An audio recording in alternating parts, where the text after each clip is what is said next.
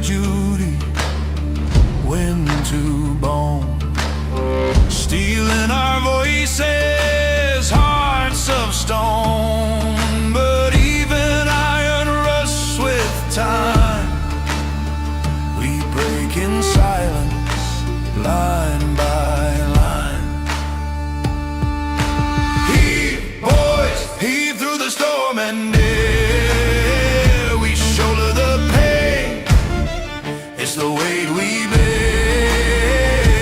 Callous palms and 1,000 scars hide the cracks beneath the stars. If the tide could speak, it'd call our names.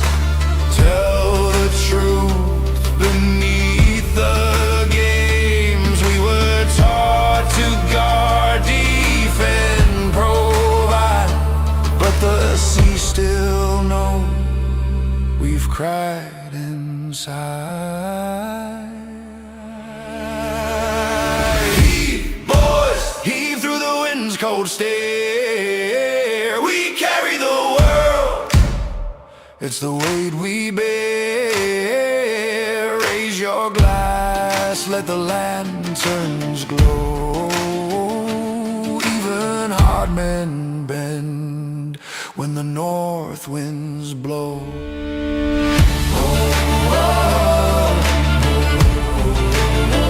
When the north winds blow.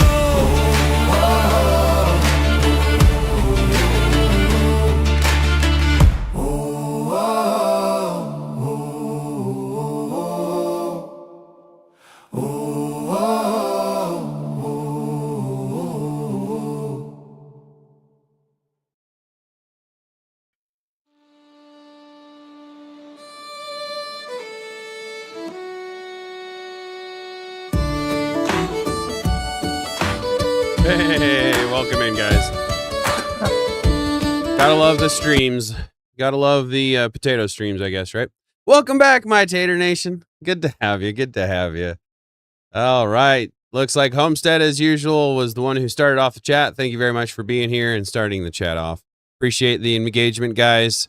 Not sure what happened with Streamlabs this time, so I might have to change my setup up a little bit so it stops doing that. But welcome in, Stacy. Appreciate the engagement, guys. Vosh, good to see you as always, buddy. Mr. B, 5 waiting, 7 likes. Woo, that's awesome. Right on. I appreciate you guys so much. Chaos, good to see you. Good to see you. And Stacy again. And it looks like the stream is going to be buffering, maybe. We'll see. We'll see. Getting a getting a different chat tonight in my Streamlabs chat. It's not the normal chat, so I can't change it from all chat to or from live chat to all chat. So that's interesting. Bulldog, good to see you. Appreciate the engagement. Birds aren't even real. Good to see you. Thank you very much for the engagement. I appreciate that as well. Good music. I like that song as well. Thank you very much. And as always, well, not always, but now going forward, we've been opening up the panel after the subject stream, as well as my normal Thursday open panel. So if you'd like to join the discussion afterwards, please join the Discord, go through the rigmarole of reacting to the emoji at the bottom of the rules page, the multiple potato emoji. That'll get you into the Discord and able to access the vetting room. And from the vetting room, you can get into the panel room through one of my mods. Werewolf, good to see you. Good to see you. Appreciate the engagement. Hope you're doing well. Hope everybody's doing well. All right. And let's see. Let me get into... And of course, you know us potatoes. We have lots and lots of eyes. We like watching all the interesting things that humans do up top. And boy, howdy, this week has been weird for me. I've been all over the place. So to start the stream off, I usually like to start my funny stuff with my funny stuff. There we go. So I found this hilarious. Don't take offense to it because it's not me saying it, all right? What else would you like with that? What would you recommend? Can you do a little spin for me? Yeah? Yeah, for sure. Can I get a latte with a fat-free milk thing for me? That's so brutal. Fat-free, like she puts some emphasis on that fat. That girl's not even fat. Like she's not even overweight. What the hell? Hey, JB, good to see you. Appreciate the engagement, guys. All right, let's see. What else do I got? That's funny. This is kind of funny. Being the only one that can prevent forest fires is stressing me out, man. I'm with this guy. It's stressing me out, too. You know, Smokey the Bear is always telling us that we're the only ones that can prevent forest fires, right? Yeah, it looks like I have like a Twitch chat or something like that in my normal chat. It's throwing me the frick off, guys. So this was interesting. It's not necessarily haha funny, but ironic funny, I guess. If you live by the port, this is particularly something that you will want to pay attention to, I guess. I don't know if this is a new phenomenon or if this is something that's been going on for a while. This is real footage from a car auction in West Africa, where you can clearly see that the license plates from Ontario, Canada are still on the car. Now, this car was reported stolen in 2023 from Ontario. So why is it at an auction in West Africa? Every 30 seconds, a car is stolen in North America. But what happens next is even more wild. You see, a lot of these thefts start with something called a relay attack, where one carjacker will approach your house with a signal booster. This device is attempting to grab onto any signal from a key fob that it can get. So this is something I've known about for a minute. I haven't necessarily talked about it because it's something that I was aware of before I started my stream, and I didn't necessarily start with the tinfoil hat subjects, right? But the signal grabber is a real thing. It can pull the key fob, ones and zeros, digital ID, off of that key fob from just inside the door, and then they can use that to open your car. And now with the push button starts, they can use that to open and start your car. So it's as if they have the key for it. Even if it's inside your house, most people keep their keys at the front door, either in a dish or on a wall hook. This signal booster can easily copy that signal and send it to thief number 2, who's standing near your car. Now, it happens super quick. In under a minute, they will unlock, start, and drive away with your car. Now, normally when they're driving away like this, they're heading straight to a port, places like Montreal or Newark, where from there they get immediately loaded into a shipping container, often full of electronics and clothing, which helps to hide the car inside. So that's a big concern, is like it's mentioned, with you being by a port, if you are. Because if they can get it there to that port before they're caught, you're not going to see that car again. Because as they mention later on in this video, they don't really inspect these a whole lot, these shipping containers. The ship then transports the containers to West Africa within a number of days. Places like Ghana and Nigeria. They then get unloaded and sent straight to auction, where in most cases, the license plates are still on the cars. It's that easy. Port Patrol in West Africa. So they don't even like strip the car down of identifiers before they send it over. It's wild. Just wild. Yeah, Stacy, I hate this. Technology isn't always better. Exactly. Gone in 60 seconds to the fob crew. Yeah, right, Vosh? Seriously, though, it's gone in under 6, like it's gone in 30 seconds or less with this particular grab and go style. They grabbed up a whole slew of car thieves over here in the last couple years. Pretty sick. Oh, nice. At least they got some. Hopefully they continue to get them. In my area, I'm not anywhere near any kind of port or anything like that, but in my area, I'm pretty sure, and I'm a small town, so it's just recently in the last 5-10 years, but we have like a chop shop or something, right? So they just take it to the shop and just chop it up and ship it overseas or whatever, or sell it on the black market. But I actually have a lot of people in those shipping containers. Yeah, and that's why I say they don't really pay attention to the shipping containers, unfortunately, and that's you can tell. because of how many times you see that. Are often bribed to not search the shipping containers. Or there's no incentive for them to verify the car's origin as long as the duty fees are paid. And in North America, thousands of shipping containers leave ports daily. They just don't have enough resources to... Yeah, can you imagine...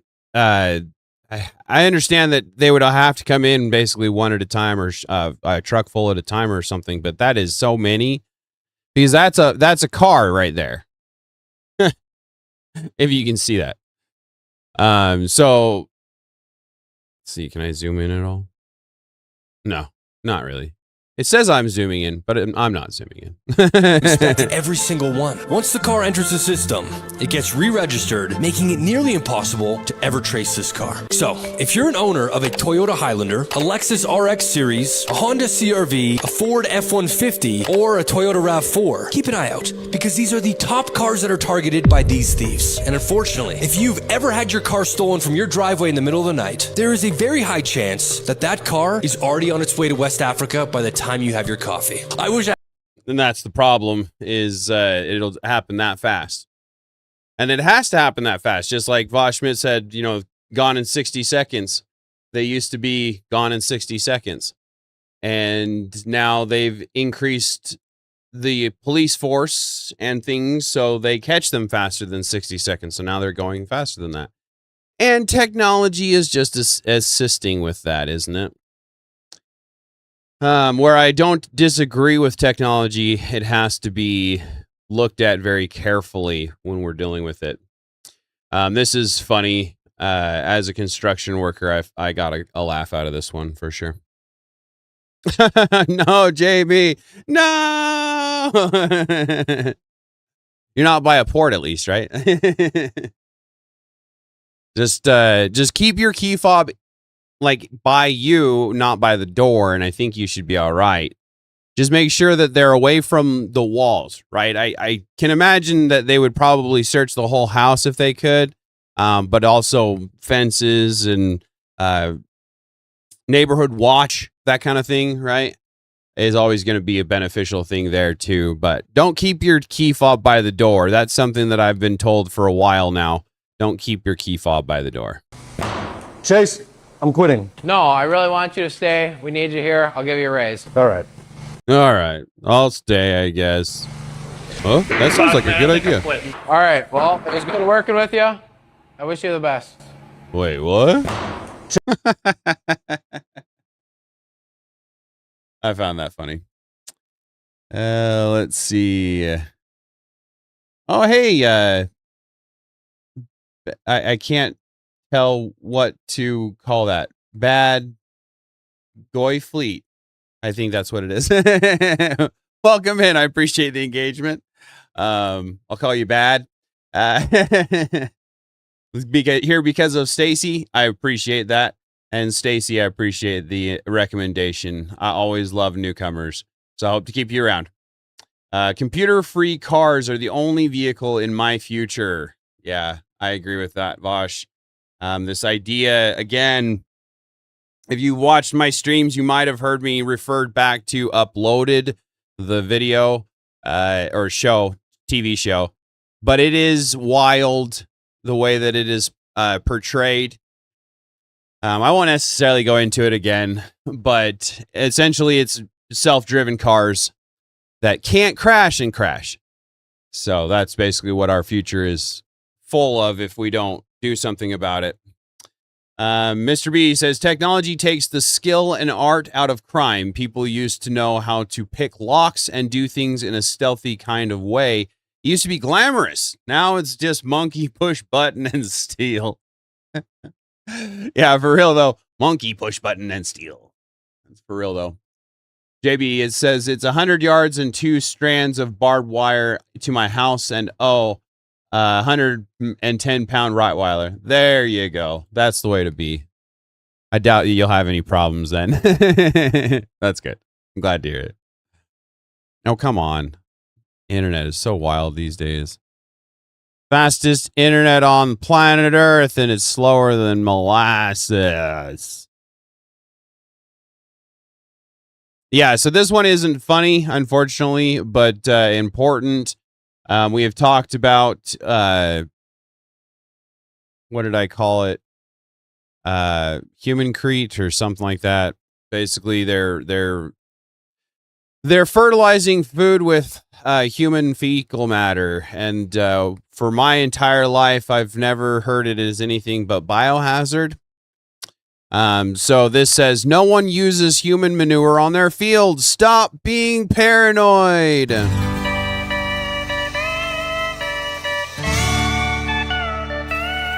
Impact. We know this stuff's poison. There is no safe level. I hate how they always have the background music so much louder than the actual thing that they're trying to share. Maybe that's to keep the algorithm from shadow banning them. Maybe I should be taking notes. I don't know, but I'll never do that. But basically, long story short, it's sharing a video of human fecal matter being used as compost. So, yeah. Anyway, Wi-Fi, good to see ya. A Waymo car just had an accident in LA today or yesterday. Interesting. What kind of accident, you know? Like it plowed somebody over? I'm just kidding. In a game, right? Or did it like burst into flames or something? Kind of curious what happened there. Let's see.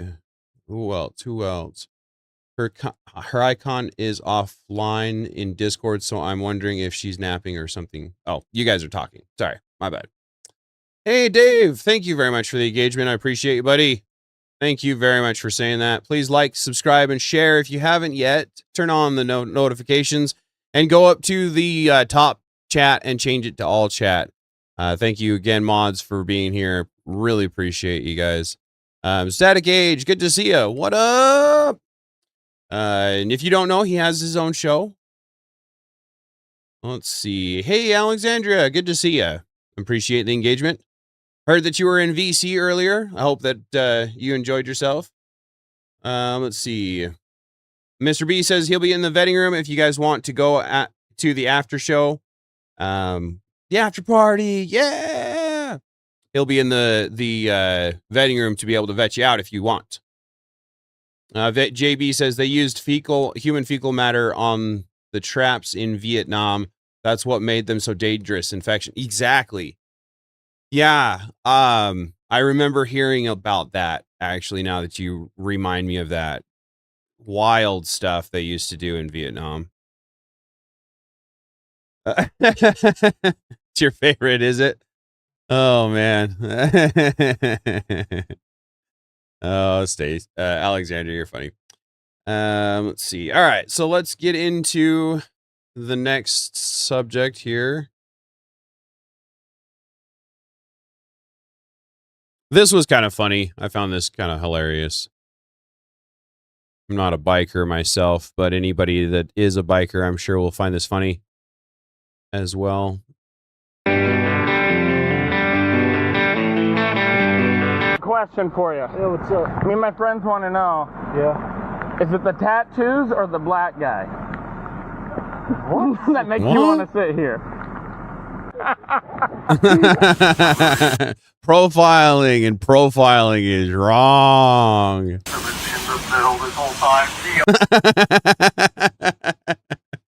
For those that didn't hear that or catch that, because I had to rewind it like 3 or 4 different times.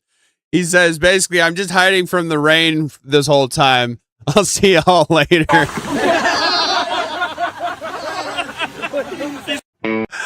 Oh, man.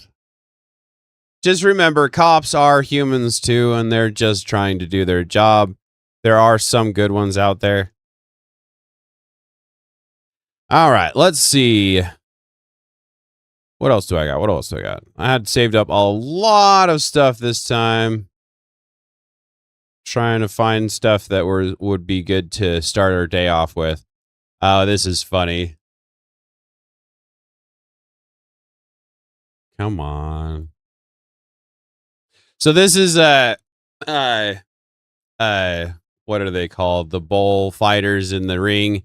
And there's a bull that comes into the ring. Bull's sure he's gonna get him. He's like, yeah, I've got him. Oh yeah, he's done. Oh, what? Wait, what? The fuck? What just happened? Did you all see that shit? What the fuck? I found that funny. All right.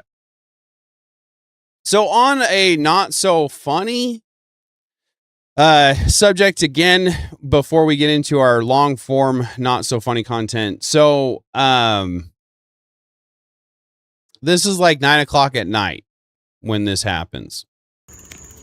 What is that? Dude. What? That's crazy. What just happened? What the fuck was Oh that? my god.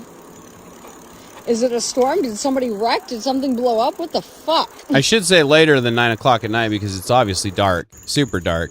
What? And it just is lights that? up the sky like it's Dude. daytime. That's That's no way that the sun set that fast. Right? So on that note, let me bring you into something that I've been doing a little bit of research on lately. A little company out of California called Reflect Orbital.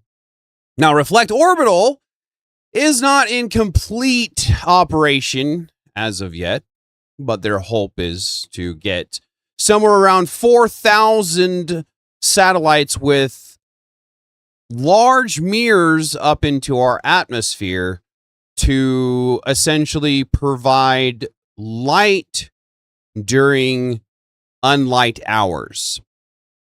What could possibly go wrong with that idea? Now, when you look into Reflect Mobile, it is real and it is founded 5 years ago. They have done tests on helium balloons, which is funny because NASA is the main contributor to the usage of helium, if I remember right. That's just a coincidence, though, right? All right, so let's see.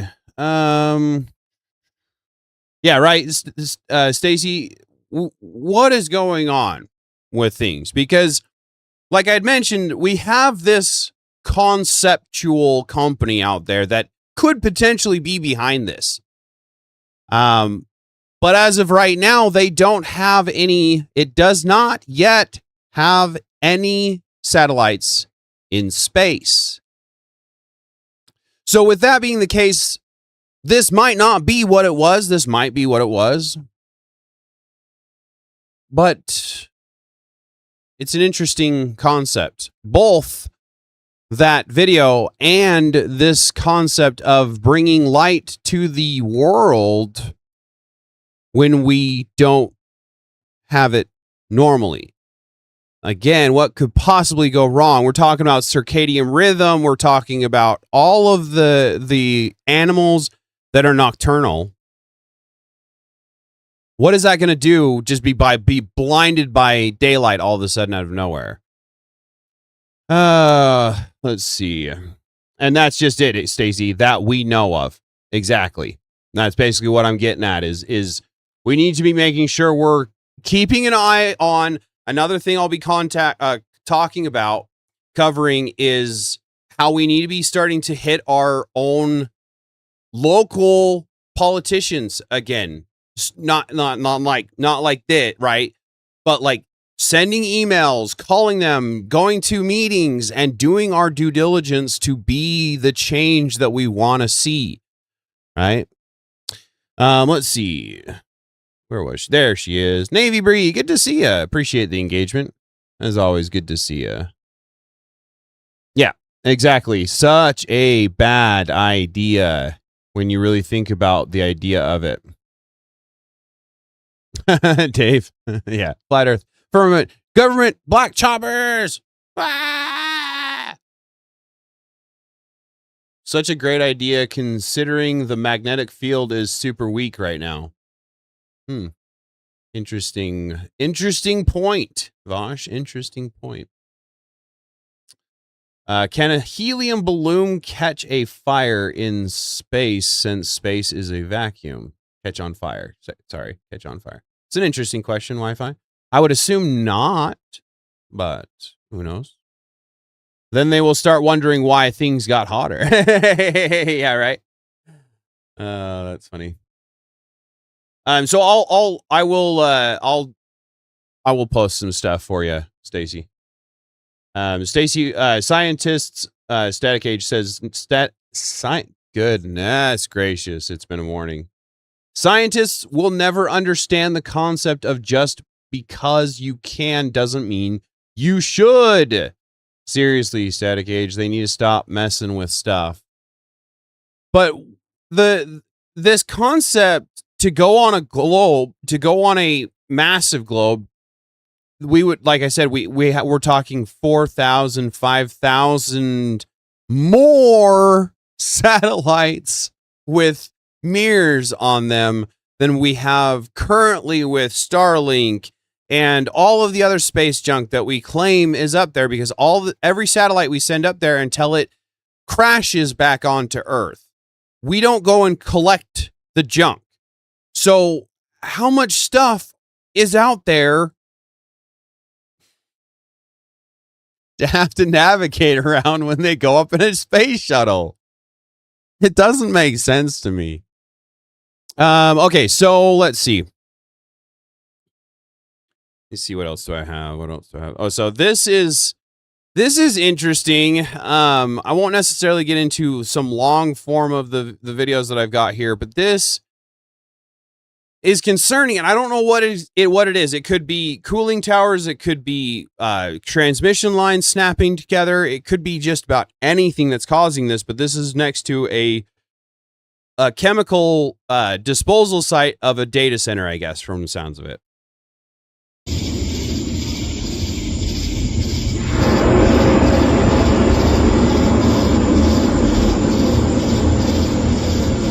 How many of you have seen the movie Lost? How many of you have seen the movie The Matrix, right? When he takes him down to the Earth planet? That sounds a lot like it. But I can't even imagine as a little kid being put through that throughout the night, like constantly throughout the night. I can't even imagine what it would be like. So on another note that I've been meaning to talk to people about is the quote unquote, and I don't think it's an outbreak because there hasn't been enough cases to be considered an outbreak. So don't get too concerned, but they keep calling it an outbreak. And maybe it is at this point in time, because this is pulled from just a couple of days ago. Immediate release for 24th. So it was released on 2 days ago, but it says since the update of July 18th, 4 states have been added to the multi-state outbreak of the cyclosporia, something like that. Cyclospora, which is a bacteria that is being found on leafy greens. Now, a lot of the leafy greens from Taylor Farms has been recalled, but if you find anything that you have or by chance in the store that is from Taylor Farms, be aware that this is what's going on. And the symptoms can vary from anywhere from watery diarrhea, loss of appetite, loss of weight. And I guess it comes out of both ends. Now, from the videos that I was watching, was people trying to get this disease, this infection, to lose weight. If you come across these TikTok trends, please, for the love of God, tell people not to follow this shit, because I don't know if I've mentioned to you guys or not, but my family had a bout with what's known as Giardia, which is another waterborne illness. And I think I might have mentioned it when I was talking about the uranium in the chimney hollow. Anyway, long story short, things like this that get into your gut, they can cause like irritable bowel syndrome and things like that. The irritable bowel syndrome doesn't ever go away. So you don't know what's the potential of the long-lasting effect of this stuff. So don't get it on purpose. And if you do get it, from what I'm hearing, turmeric, also known as curcumin, will kill the bacteria. So be aware of that. Don't try to get it on purpose. And if you do get it, take turmeric on a daily basis, and it should take care of it. But you could be down for like 2 weeks from the sounds of it. From what I'm hearing, it takes a while to get over this bacteria. So please take care of yourselves out there. Panchochin, I don't know if I've seen you. I'm here to support and hit the like. I'm somehow subscribed to this channel. Can someone tell me what this channel covers? Oh, that's too funny. Oh man, we cover everything here pretty much. We have yeah, Static Age, thank you very much. Lots of things. Also has open panel discussions. You are more than welcome to stay around. Oh, I'm judging Wi-Fi. I'm judging. That's fine, Pan. That's fine. We'll judge you too. All right. Seriously though, we're not necessarily a safe space, but we're a relatively understanding space. Let's say that.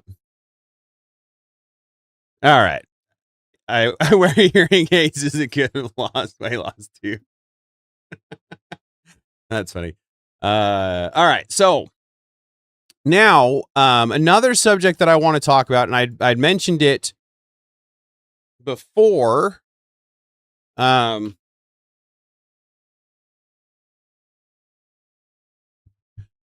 mentioned it before on Thursday's panel of my late night rabbit hole of basically controlling the mind control. Now, this is something that has been going on for 10 plus years. This is from 10 years ago, this particular video, which means they had come up with the idea, come up with the strategy, fulfilled the idea before they filmed the video. So how old is this concept in general, right? Let's see.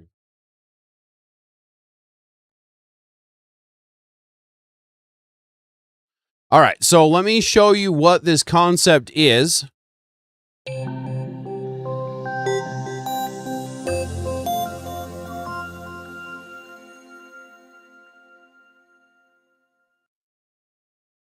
The human brain may not look like much, a couple of pounds of pink, wrinkled tissue, but the last 100 years of neuroscience have shown that the brain is an incredibly densely wired computer made out of hundreds of billions of individual cells called neurons.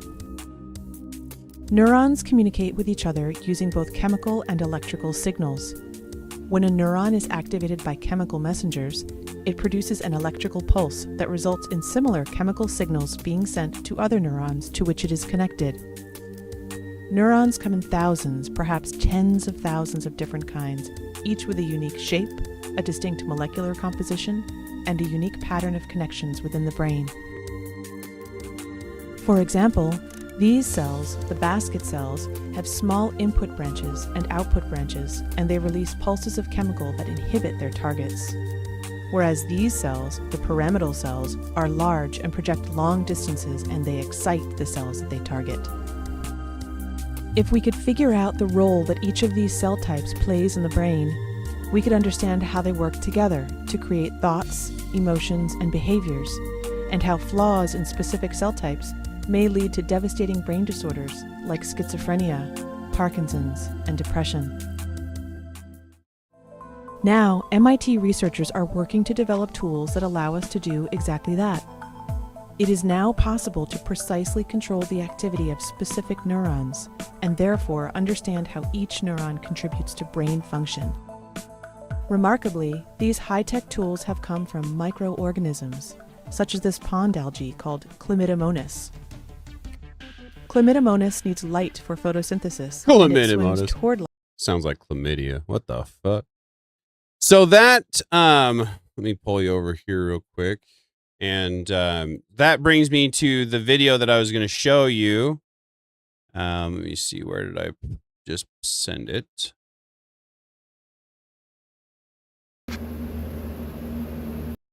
Okay, so this was just released a little bit ago. I don't know how old this video was because I'm pretty sure I thought that at the beginning of the video that I just started, it might be the other video I'm going to share. It had this essentially the same concept going on. It wasn't the same setup. So this is obviously a different instance of it. But I'll show you what they've got going on here.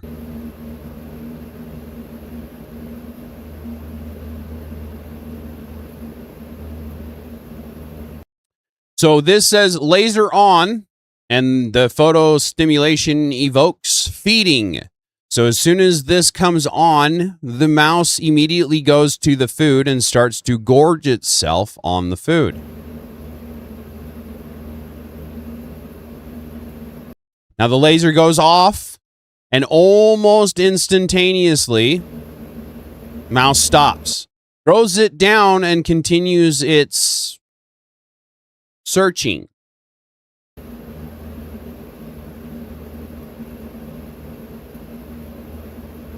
Is completely uninterested in the food at this point in time. Laser goes back on. It immediately finds the nugget that it kicked to the side not 2 seconds prior to that.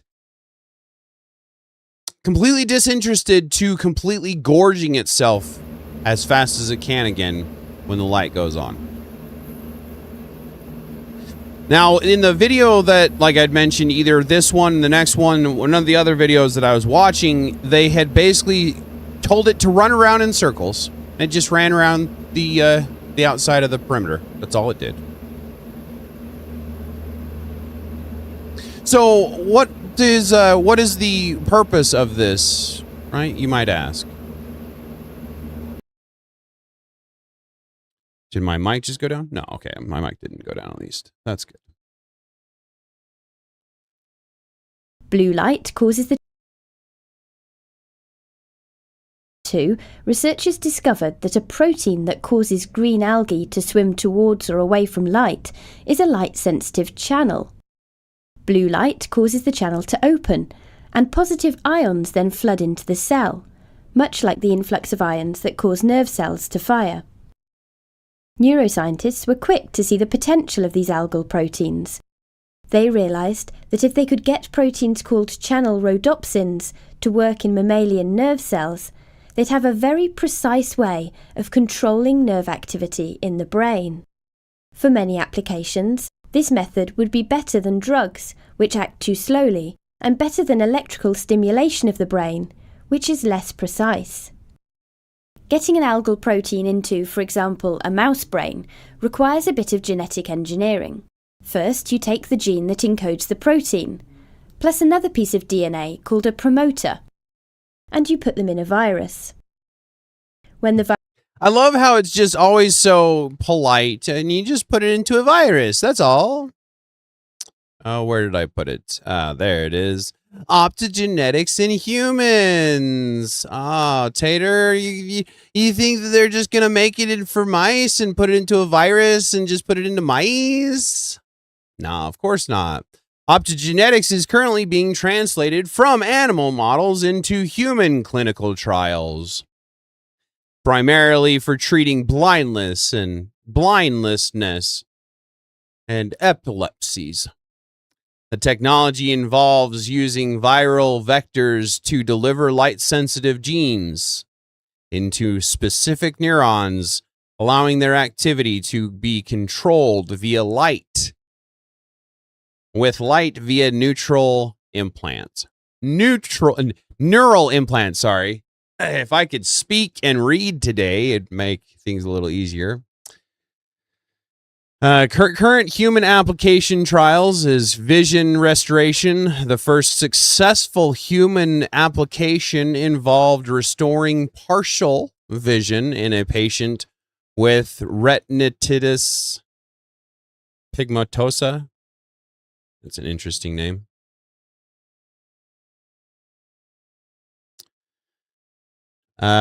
So yeah, could be good, could be used for good, but interesting concept for sure.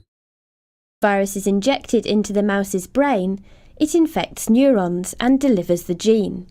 A chosen subset of those neurons will have the right machinery to activate the promoter, and in those cells, the algal protein is expressed in the cell membrane. To activate the protein, all you need is light, delivered via a fibre optic cable. It's the ability to target specific neurons in living, moving animals that makes this technique so powerful. And channel rhodopsins are not the only proteins in the optogenetics toolkit. In this fly, a different light-sensitive system is Right on, Stacey. I appreciate you. used to target just 2 out of 200,000 neurons. These neurons govern an escape response, the reflex. It's a good question, Alexandria. The only thing that I can really think of is the fact that they are fairly prevalent. They can be easily mass produced when things go wrong, and they are I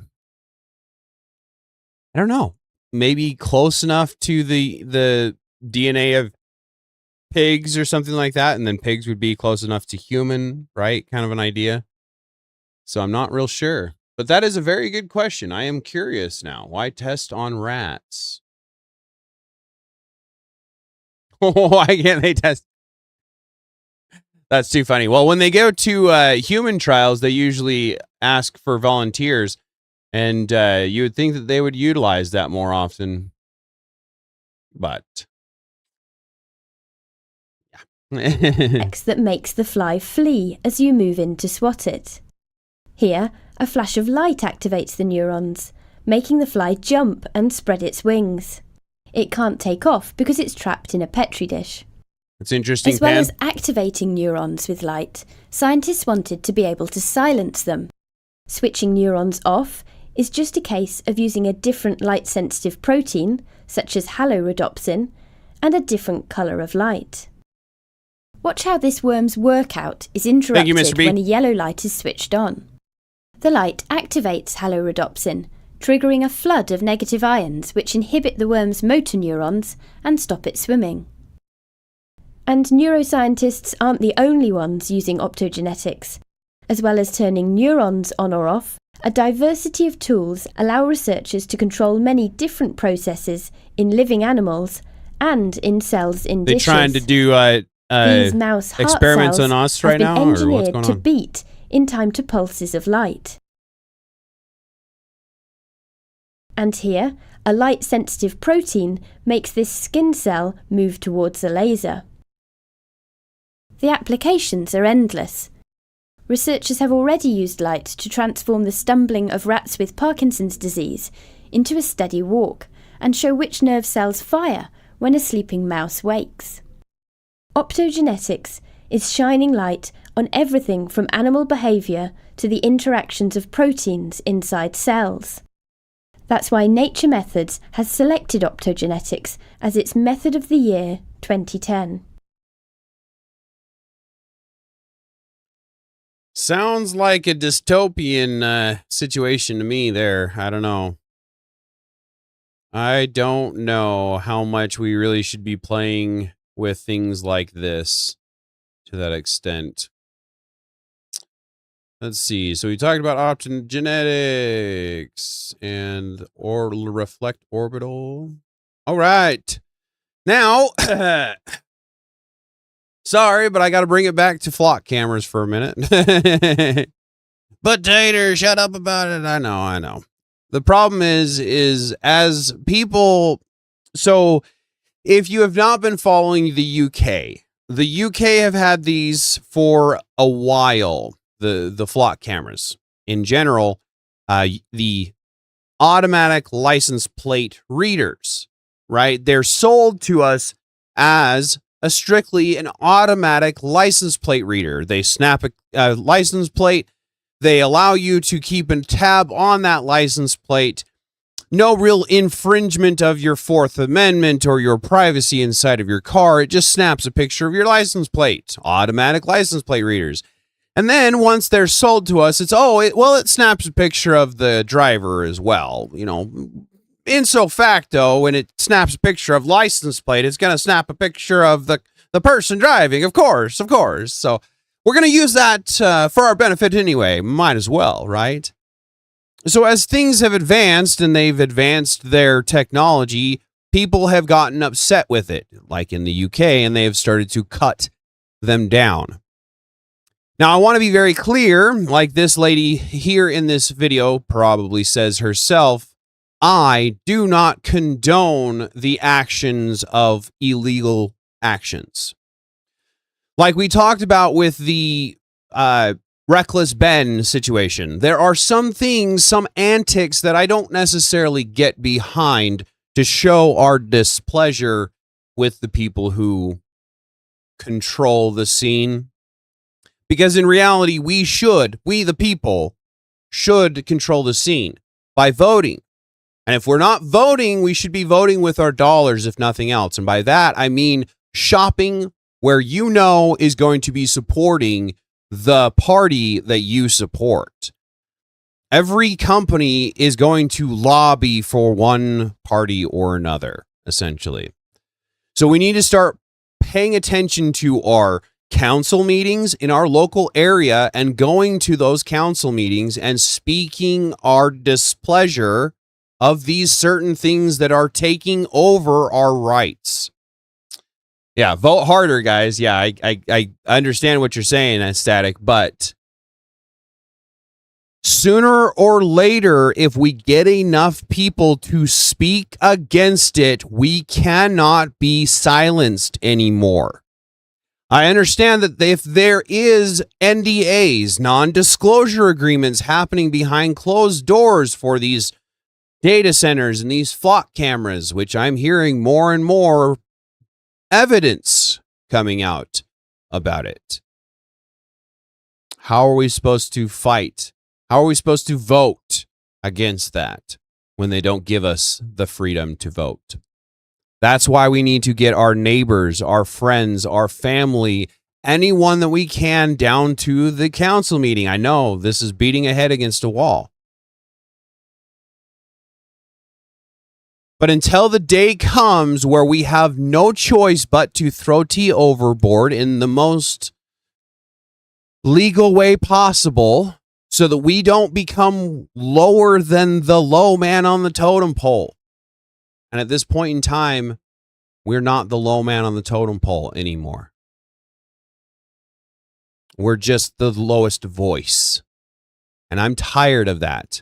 We need to start speaking out again and actually push our voices out there. The whole point I started this channel in the first place was to get people behind me in my cause.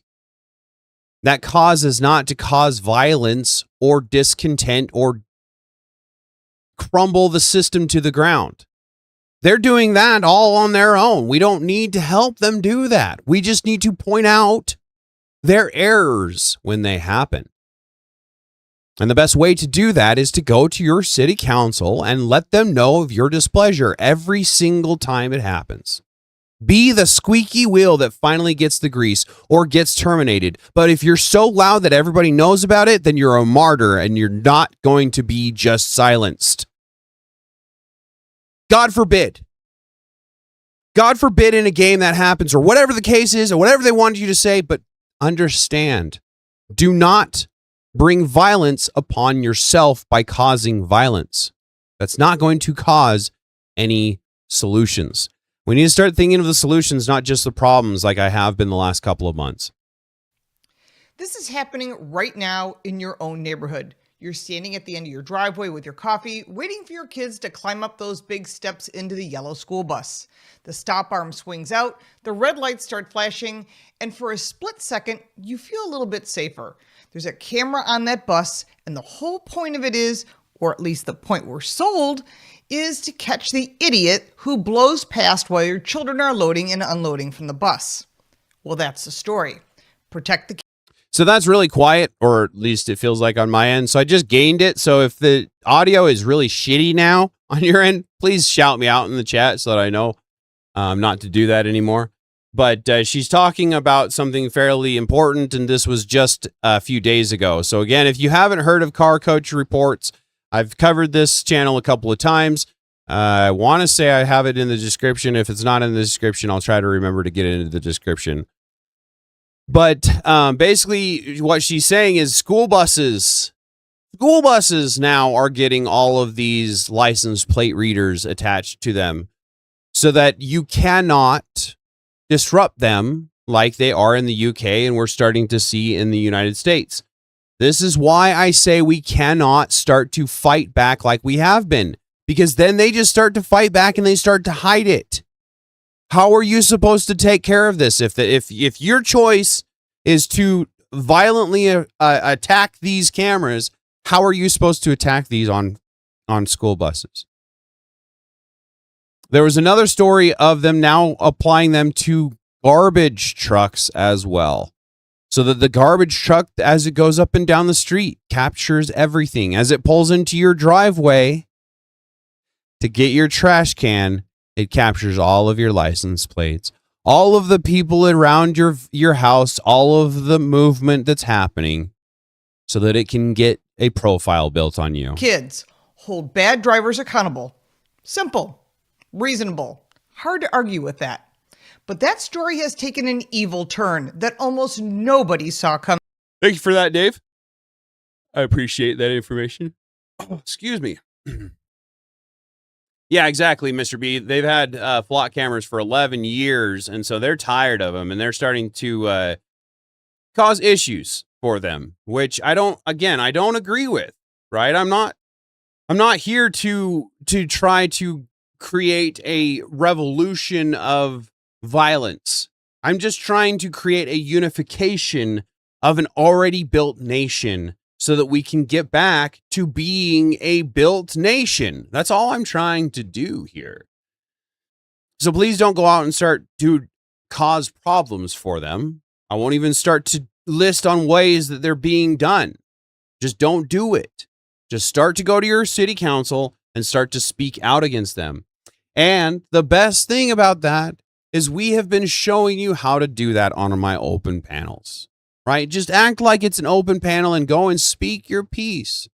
You may have never thought about how to speak to them or maybe wondered how to do it.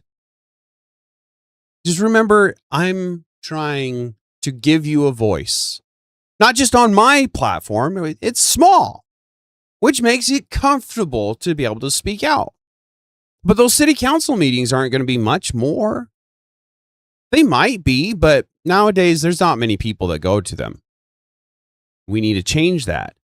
So go to your council meetings and speak to them. If it doesn't help, at least we can say we've tried when they come to our door to arrest us for being a tyrant or whatever. Please don't do that.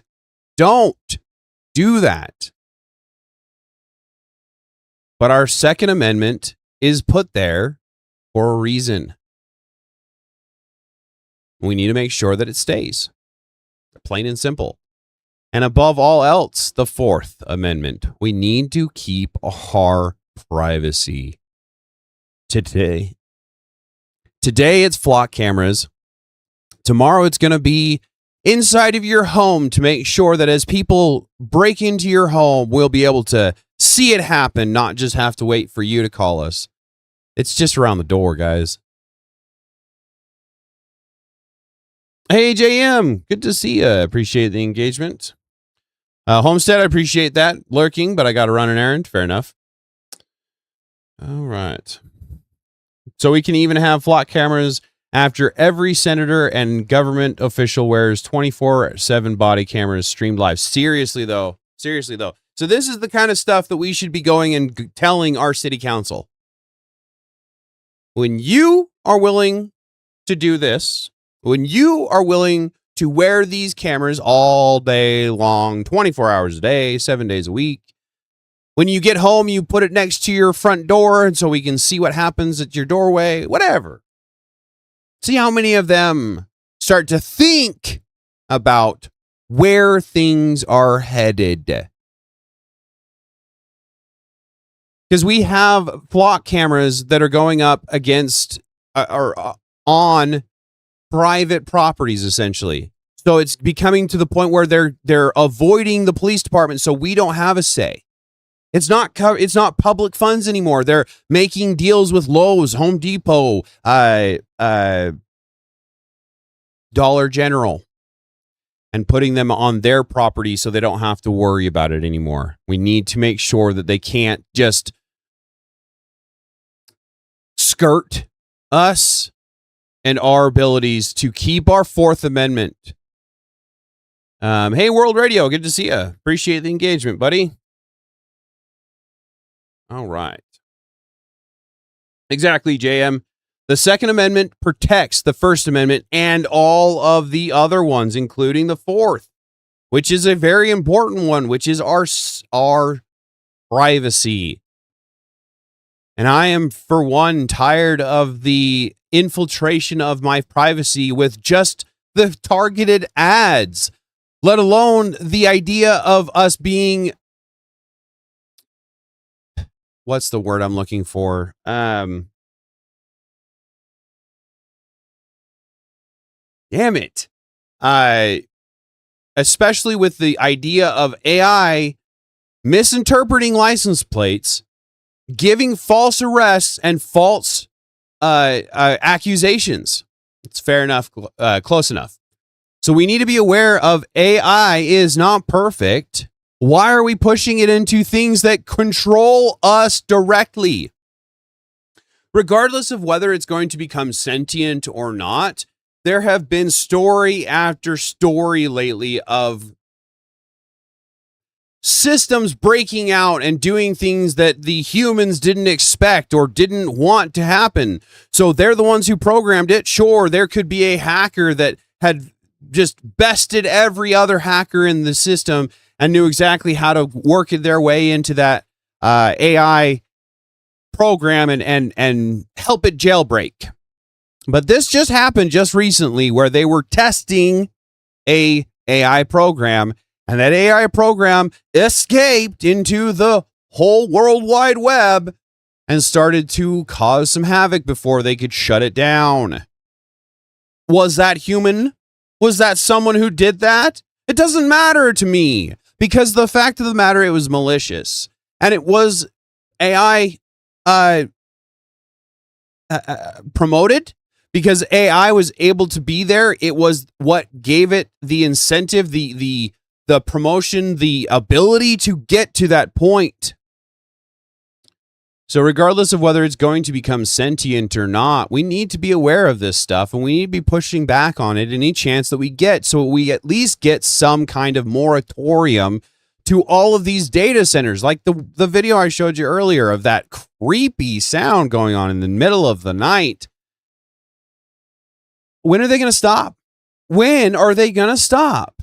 That's all I'm curious about. If they have a time that they can say, yeah, we've got 100,000 data centers in the plan, and that'll be the end of it. At least we have an end. I'll still tell them to not in my lifetime, but at least there's an end. We don't have an end right now. There is nothing that is indicating an end to what the push to data centers. And this kind of idea is just furthering that. We'll talk about it further here in just a second. Leaked internal documents from Bus Patrol show they're not stopping at just catching illegal passers anymore. The company has already installed stop arm cameras on more than 40,000 school buses across 24 states. They have signed agreements to go to the next step. They want to turn those buses into rolling automatic license plate readers. If you've been following my reporting on flat cameras, you'd know these license plate readers don't just do that. They capture much, much more. Before I break this down, I want to remind you to like, subscribe, and click that little bell for notifications so you don't miss anything. There is a lot of information coming out on this mass surveillance. These cameras also catch you Exactly, in your Jan. bathrobe, your car in the garage, and your home. Every single car the bus drives past gets its plate logged, and that includes when it stops at your home or on your street. This along with the exact time and GPS location. That data gets fed into law enforcement databases and their partners, like the company Axon that already powers searchable police systems across the country. All of this is stored in those data centers everyone's been talking about.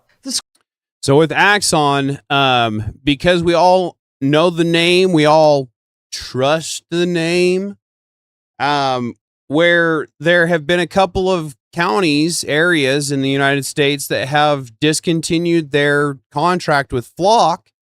There was one story I read that said 50 Flock cameras are being replaced with 100 Axon cameras. Kind of went opposite way there, didn't it? And it gets worse. They added a fleet of drones for instant emergencies or whatever kind of terminology they put. So we just traded in one devil for another, essentially, is what ended up happening there. So we need to be aware of that and be careful of that. Again, things that we need to be aware of. I've been trying to record my videos rather than just streaming them so I have a better recording to do clips and stuff off of, and I just remembered to start my recording. Anyway, sorry. Okay, so let's see. What do we got? School bus doesn't just see the guy who sped past the bus when its stop arm was out. It sees your car pulling out of the driveway at 7:42 a.m. It sees your neighbor's car heading to work. It sees the rideshare dropping someone off a block away. It sees the delivery truck making its rounds. It sees cars parked in the apartment complex. And it does this twice a day, 5 days a week, on routes that already cover almost every neighborhood in America. This isn't a small pilot on one bus in one town. The documents show the ambition has grown from a single test bus to 100 bus rollout and now reportedly targets 40,000 buses. That would make it the largest ALPR network operating anywhere in the United States. And there's more to come if we don't push back. So again, this, if it rolls out to all 40,000 buses, let alone all of the Flock cameras that are out there as it stands, listening to the CEO's interview about Flock and about how he wasn't elected to be the watcher of the police. We're going to be watching the people with the police. And it's like, who's watching the watchers, watching the watchers, watching the watchers? This is getting absolutely disgusting. And I'm tired of my personal freedoms being given up for public servants. I am a private citizen. Regardless of how I am online, regardless of what I do with my business, I am a private citizen. I am not in the public, the politics or anything like that. They are public servants. They are the ones who should have these cameras on them all the time, not private citizens telling the public servants what we're doing. It's getting really opposite on what it should be. We need to start pushing back against that. For real. Hey, Kyle, good to see you. I believe you gave me a dono. I believe it was you, my good friend, that donated after hours on Thursday night. Thank you so much for that. I believe it was you. So thank you for that so much, sir. Thank you. Oh, man, I am tongue-tied today. It's all right, though. Hopefully the day will go by here pretty soon. Why is this important? Why should you care? You don't do anything wrong. We were told this was about child safety. What we're actually getting is the largest rolling surveillance network Americans never voted for, never debated in public, and never consented to. And the federal government, municipalities, and tech companies are building it on the backs of one vehicle that almost every parent trusts with their children every single morning. That's not protecting kids. That's using kids as a perfect, indisputable cover story to put cameras on wheels in every neighborhood in the country. And once those cameras are running continuously, instead of just when someone breaks the law, the data never stops flowing. Last week, we covered some of the catastrophic failures of this Big Brother system and how bad the tracking can be in real-world situations. And you can check that out right here. Bus Patrol didn't start out looking like a surveillance company. They came to school districts with a pitch that was almost impossible to say no to. So again, like I'd mentioned earlier, we have garbage trucks that are talking about adding these APLRs to them as well. Automatic license, LPRs, whatever. So again, we got to fight these smart. We can't just start blowing up freaking, like, I'm sorry. We can't just start to do stuff that causes like problems for these companies that have nothing to do with Flock or nothing to do with our privacies being infiltrated. I understand that they signed the contract, but the person that's driving that didn't. So this is why I say we can't continue to go the route that we've been going. It's not working. We've got to change the scene. That's why I'm here. We've got to start speaking out. Go picket if you have to. Go out and point to the camera with a sign and say, "Hey, there's an ALPR here. You're being recorded and tracked."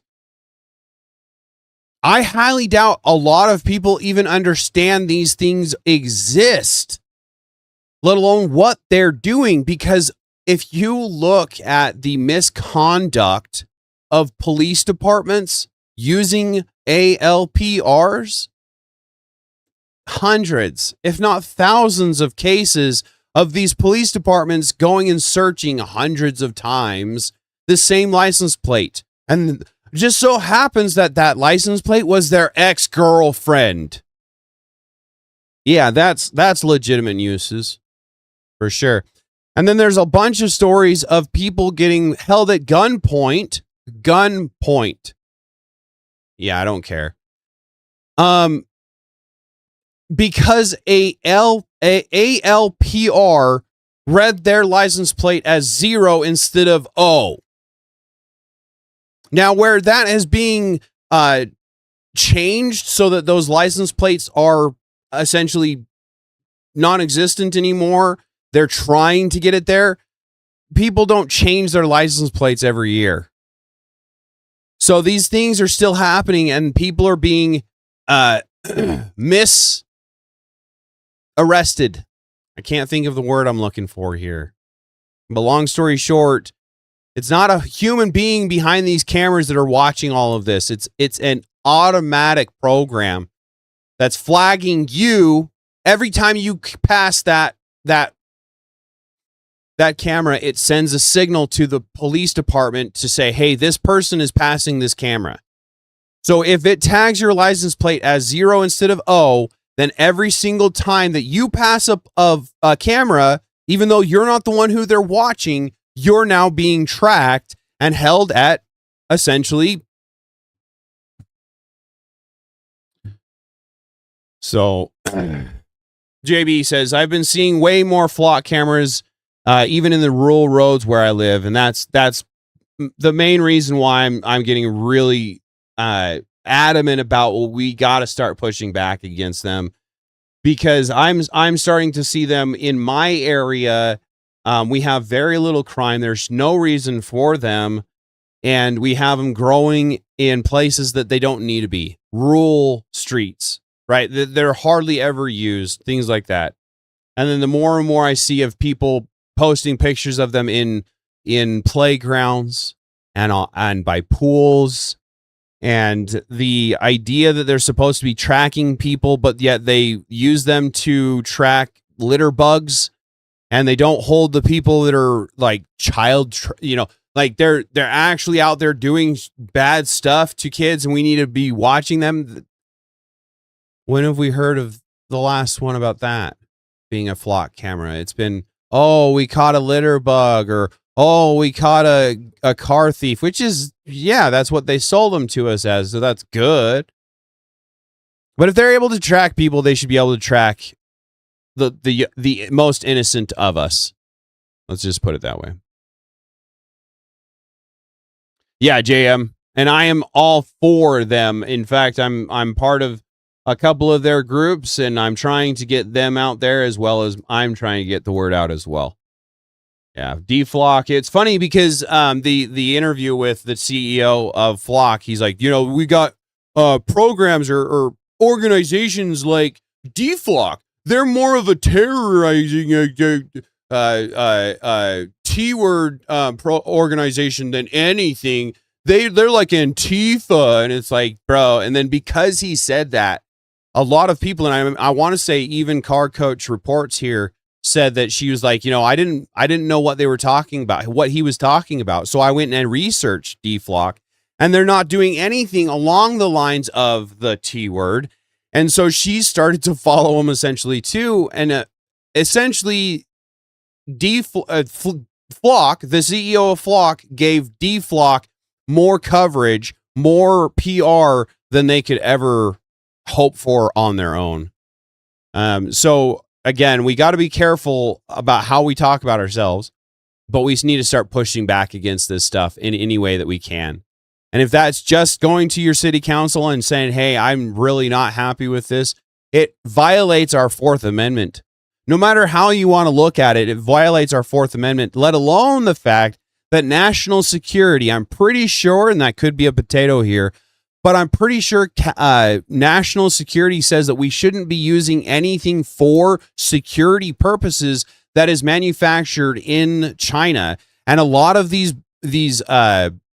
materials and components for our data centers, which are directly tied to the Flock cameras, a lot of those come from China.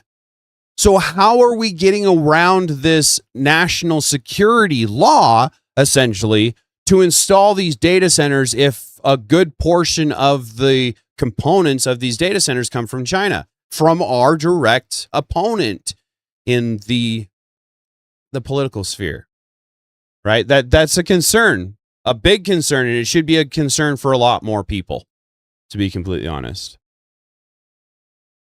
Any excuse they give for the cameras is BS. It's all about constant monitoring and control. I completely agree with that, JB. I don't know how you can see it any other way at this point in time. If it's just for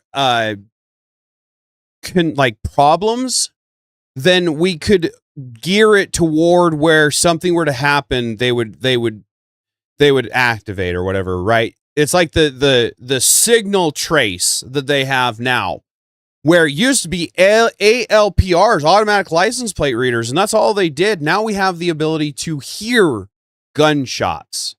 They have the ability to hear, which means they have the ability to hear conversations. That is an AI system searching for certain sounds or certain words, maybe. But your privacy is no longer there on I understand it's a public street and a public sidewalk. But up until 20 years ago when Flock came out, you could have a private conversation on the side of the road, and that's completely legal. Even if you're talking about illegal shit, the stuff you're talking about is illegal, sure. But the conversation is perfectly legal. And they have somehow made that an illegal action. So now they're starting to try to put these cameras onto buses and onto garbage trucks and onto anything and everything that they can put them onto, including those speed camera things that tell you your speed. On the back of those will be ALPRs so that you can't see them, and they'll catch your license plate as you go past.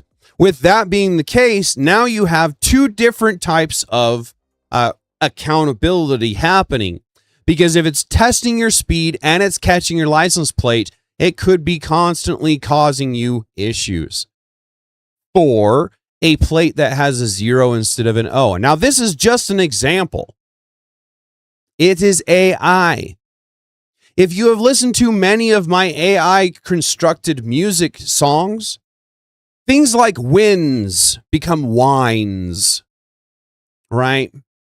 So how long is it until the license plates have to have something that is a sound out kind of a thing for AI, and it now becomes wins instead of whines, or whines because of instead of wins, or something along those lines? We continue to have issues because it's not discernment. It's not a person behind these cameras watching these and saying, yeah, that's a problem.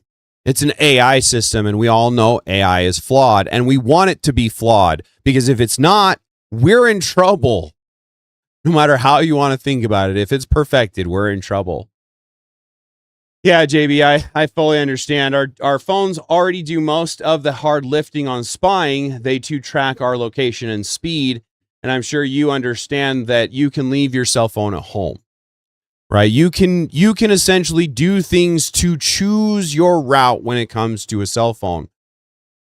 A flock camera, they're very hard trying to make sure that you can't avoid these cameras, such as, like I'd mentioned, putting them into Dollar General parking lots, putting them into Lowe's and Home Depot parking lots, getting them off of the community property and onto personal property so that they can still keep them around. They use excuses like, oh, for Dollar General, we're going to use them for disgruntled employees. As you fire people, you can ban them from your property, so if they come back as a disgruntled employee. So they're basically saying that before you even do anything wrong, just because you worked for them, you're now essentially breaking the law and can no longer come onto their property. Wild timeline we're living in, guys. Freaking wild. Hey, Craig, good to see you. Got to do something. Gotta go. Gotta do something. But just wanted to jump in and say the immigration in general bad right now. We just can't afford it right now for many reasons. Yeah, I don't necessarily disagree with that. I don't know if I've ever mentioned my view of immigration, but as far as I'm concerned, the only people that we ever want in our country is people that can build their own country. So why are we not allowing them to stay in their country and doing what we can to help them in their own country? And this was 20 years ago. At this point in time, stop it all. Stop it all. America first. We need to get our system into a perfect system like it used to be before we start to allow people to mooch off of that perfect system again. JB says, if I see a flock camera at my favorite fishing hole, we will have problems. Yeah, JB, I do not blame you there. If you see a camera at a fishing hole, that's a serious problem. That is a serious problem, because that should be absolutely a right to be able to just chill and fish, especially with a license. But I think I've mentioned that before too. I don't believe that we should have to have a license to fish. I think that people should be a lot more respectful of nature and other people in general, but I don't think that we should have to have a fishing license to be able to fish. There's certain things that to be able to make a life for yourself, not living per se, but able to survive. Food, water, clothing, shelter. Those are things that shouldn't be a legal thing. They should be pretty much you are free to do what you need to do. But unfortunately, life doesn't work that way, right? JM says, not to sound like one of those crazy sovereign citizens, but at one time we did have freedom of movement, and the Commerce Clause was very clear about travel and the use of vehicles. And I completely agree with you, JM. The idea of driving and traveling are two different concepts, and somehow they've made it into one. And so now they're trying to restrict our movements in general by the kill switches for cars and the AI systems inside the cars that are keeping you alert and shutting off the car if you're not alert. And things like that, right? The kill, the unalive switches, whatever they want to call them on YouTube. JB, sorry. I'm a Native American. They're my fish. I'll catch them when I want. Seriously, though. Especially like if you have a stream on your own property or something like that, especially then, I understand what you're saying, and I agree with you fully. How do you own the water, right? How do you own the air? How do you own these things that are not tangible, but yet somehow the government owns everything? Sorry, I'll shut up and go back to this for a minute. Put cameras on buses to catch drivers who illegally pass when the stop arm is extended and kids are getting on and off the bus, they said. This is a real safety problem. We agreed. Children have been injured and killed in these incidences, and at least 30 states have passed laws allowing automated enforcement on school buses for this exact reason. The original system was designed to trigger only when a violation happened. The camera would record the bad driver, the company would review the footage, and they would submit it to local law enforcement for final approval and ticketing. That was the deal everyone agreed to. Narrow, specific, and sold on protecting our children. But according to the leaked internal documents, the company isn't satisfied with just catching the occasional violator anymore. They want the cameras running continuously as the bus travels the entire daily route. Every license plate it sees gets captured with a timestamp and GPS coordinates. That information gets shared with law enforcement platforms. The hardware is already paid for by school districts and taxpayers. The routes already exist and already cover vast areas. The only thing changing is the software, from record only when someone breaks the law to scan and log everything we drive past all day long. They knew this expansion would be controversial. The documents reportedly show internal concerns about how federal agencies and so I want to say that they've actually had cameras on buses for a good amount of time, and when somebody would pass the stop sign that was put out, so they would be breaking the law, then that ALPR would snap the picture. And now what they're trying to implement, so just so we're all on the same page, is now they're trying to make it so that they're always on and always scanning, always producing that data for no reason, right? So we used to be innocent until proven guilty, right? That I'm pretty sure that's what our Constitution tells us that we are. So why is it all of a sudden that we have to rush, hurry, exponentially rush to get truth information about why we are not in the wrong if a flock camera tells the government that we are in the wrong?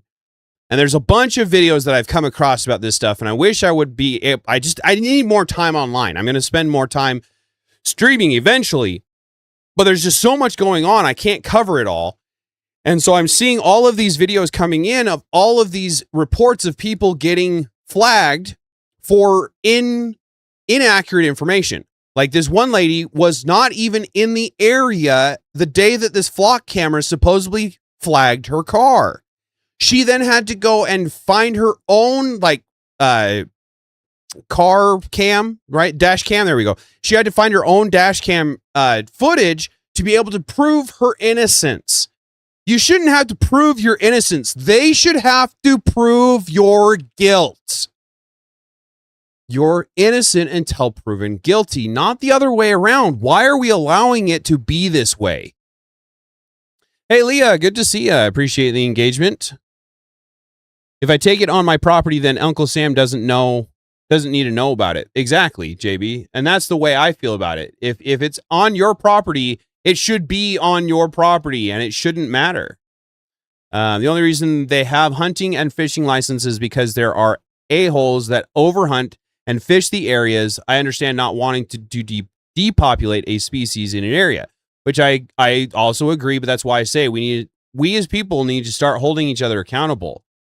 There are a lot of hunters out there, I'm sure, seeing this shit and they just, oh, that's funny, guys, I'll see you later. Kind of bullshit. And they're not holding each other accountable. We need to start doing that. You should be able to hunt and fish your own land to feed your family. Exactly. Leah, I'm doing stuff. That's fine. I understand. I appreciate the engagement when I can get you, and the views are all that really matter. Please like, subscribe, share the stream out. Please share the stream. And I'm always opening the panel after the show. So if you'd like to join the panel and discuss the topics at hand, we can discuss flock cameras, we can discuss immigration and things like that. And on that note, I'll go ahead and get past this. But basically, like I said, they're trying to get license plate readers onto buses that constantly scan, constantly run. That is a concern, and a big concern, because along with that, we have what's known as nematodes. No, nematodes. Nematodes is something that we've had for a bit, and now we're getting flock cameras trying to make a deal with nematodes. What nematodes are is essentially a plug-in for a street light to allow the street lights to then plug in a camera or a microphone. There we go. Or anything else that the government wants to put into a smart device. Rick was off morphine, gaining strength, and today, in his 70s, he's been cancer-free. What the hell? This is not what I thought it was. So basically, they're trying to get, again, like I'd mentioned with the garbage trucks, with the buses, they're trying to hide them as much as they can so you can't see them. And we can't go down, and again, I'm not ever going to say that you should be doing this, but there's no way that we can go and start cutting down all these light poles. And if they get them into all the lights, what are we going to do other than to speak our piece until they are tired of hearing us? Because I want to say the network of street lights is like 900,000 street lights or something like that in the United States. I can't be completely honest about that one. I'm not really sure. But long story short, there's too many of them. And the way that these work are they're basically cell phones inside of these products. So they don't have to have an internet connection. They don't have to have anything like that. They just have to have the electricity from the light, and then they just pull off of the 5G network and are always sending information. So we just want to be careful of those. This is also listening from audible cues like shots, pinpoints them, and falsely arrests innocent people. Exactly, JM. I showed another video of a gentleman that was revving his motorcycle, and it sounded like under automatic fire. And within 2 minutes, an officer was at his door talking to them about these sensors that they have in the area, all over in the area. Of course, they're not going to say cameras, because cameras should be just cameras. They shouldn't be microphones. They shouldn't be sensors. So why do they have sensors? Anyway. Yeah, JM. Yeah, be careful with that is all I have to say about it. Is for open borders. I've never said that. Yes, but you were kind of implying it because you were saying like, okay, because so when I asked. This is, if you don't know who Nick Freitas is, sorry, I'd started this before I'd gotten on stream. We understand that undocumented immigrants. Freitas is, his link tree is in the description below. I want to say he is a governor. I know what state it is, but I can't think of it off the top of my head. Definitely give him support wherever you can, because this guy seems like he's actually in the right and is in politics. So hopefully he doesn't get corrupted, but we need to support who we should be supporting. And this guy, I would say, is one of them that we should be supporting. Drop in immigrants being here from the deportation, we can actually see our GDP suffered 0.2 to 0.5% decrease. And that is from the immigrants advocate. That'll work. So the important thing to remember too with respect to GDP rates is you're actually including government spending in that. So if the government prints and spends a bunch of money, your GDP rate goes up. That doesn't necessarily mean it's good for your economy. The other thing is I would completely reject the idea that it has, quote, been proven by evidence that illegal immigrants do not get any sort of federal assistance or federal welfare programs. So, they may not. Wait a second. They may not be eligible for it. that doesn't mean there aren't ways to actually defraud the system and engage in it. In fact, when you look at Doge and we actually look at what they identified with respect to spikes and things like Social Security fraud and other forms of fraud, it actually coalesces with the number of people that were coming over into the country illegally. So the idea that because something is illegal, therefore they don't have access to it, crossing the border is illegal, and yet they still have access to the United States. So the idea that them coming over here and the only law they broke was immigration law and that they haven't engaged in any sort of welfare fraud, I don't think is a reasonable conclusion. The other thing to keep in mind is that when it comes to the states, okay, when you send your child to school, that obviously costs money. When you send your child to the hospital or that obviously costs money. And the thing is that due to EMTELA laws, we're not kicking you out of the hospital when you don't have insurance. It just gets eaten up by all the people that do have insurance, or it gets eaten up by tax dollars, which has a way of, and then again, funding them. So I'm not arguing that illegal immigrants don't contribute to the economy. I'm saying that we can't even get a clear picture of how much they contribute versus how much they take with respect to federal spending of these other programs. The other fundamental question here, though, is even if you could prove that it was economically beneficial, does that mean we shouldn't have any borders and we shouldn't enforce immigration law? So I'm thinking you're operating on this absolute that, all people who believe in any sort of liberal view or any sort of, not as restrictive of a border policy as some conservatives believe, just automatically believe that there should be open borders. Nobody's advocating for people who commit crimes to stay into this country. Nobody's advocating for that. But we can clearly see from the, deportation efforts that have been made so far in the Trump administration, most of the people, 70% of the people who even are deported or have even been put in these ICE camps, in these inhumane ICE camps like Alligator Alcatraz, are people who haven't even committed a crime. So how would you even be able to justify that? Do you capture 70% of people? Yeah, if you, I'm pretty sure I've featured him on the funny portion of my streams a couple of times. But if you're part of Facebook, definitely find him on Facebook. He's hilarious on there, and he probably does the same thing on YouTube. I'm just on Facebook apparently more than I'm on YouTube Shorts. But he'll go off on something, and then he'll sip from his coffee cup, and his coffee cup will usually have a quip about something, and they're classic. But unfortunately, you always have to pause right at the end, or else you don't actually be able to read it unless you're like a super reader. JB, she is trying so hard. Seriously, though, she tries to claim that they provide more to the GDP than the Americans do, or some shit like that. It gets wild. To capture 30% of you capture 70% of innocent people to capture 30% of the criminals who are in this country. I mean, the actual people who don't have a legal status and they're committing crimes. You're going to capture 70% of the innocent people who came here for a better life to capture. Goodness gracious. Oh, thank you, Mr. B.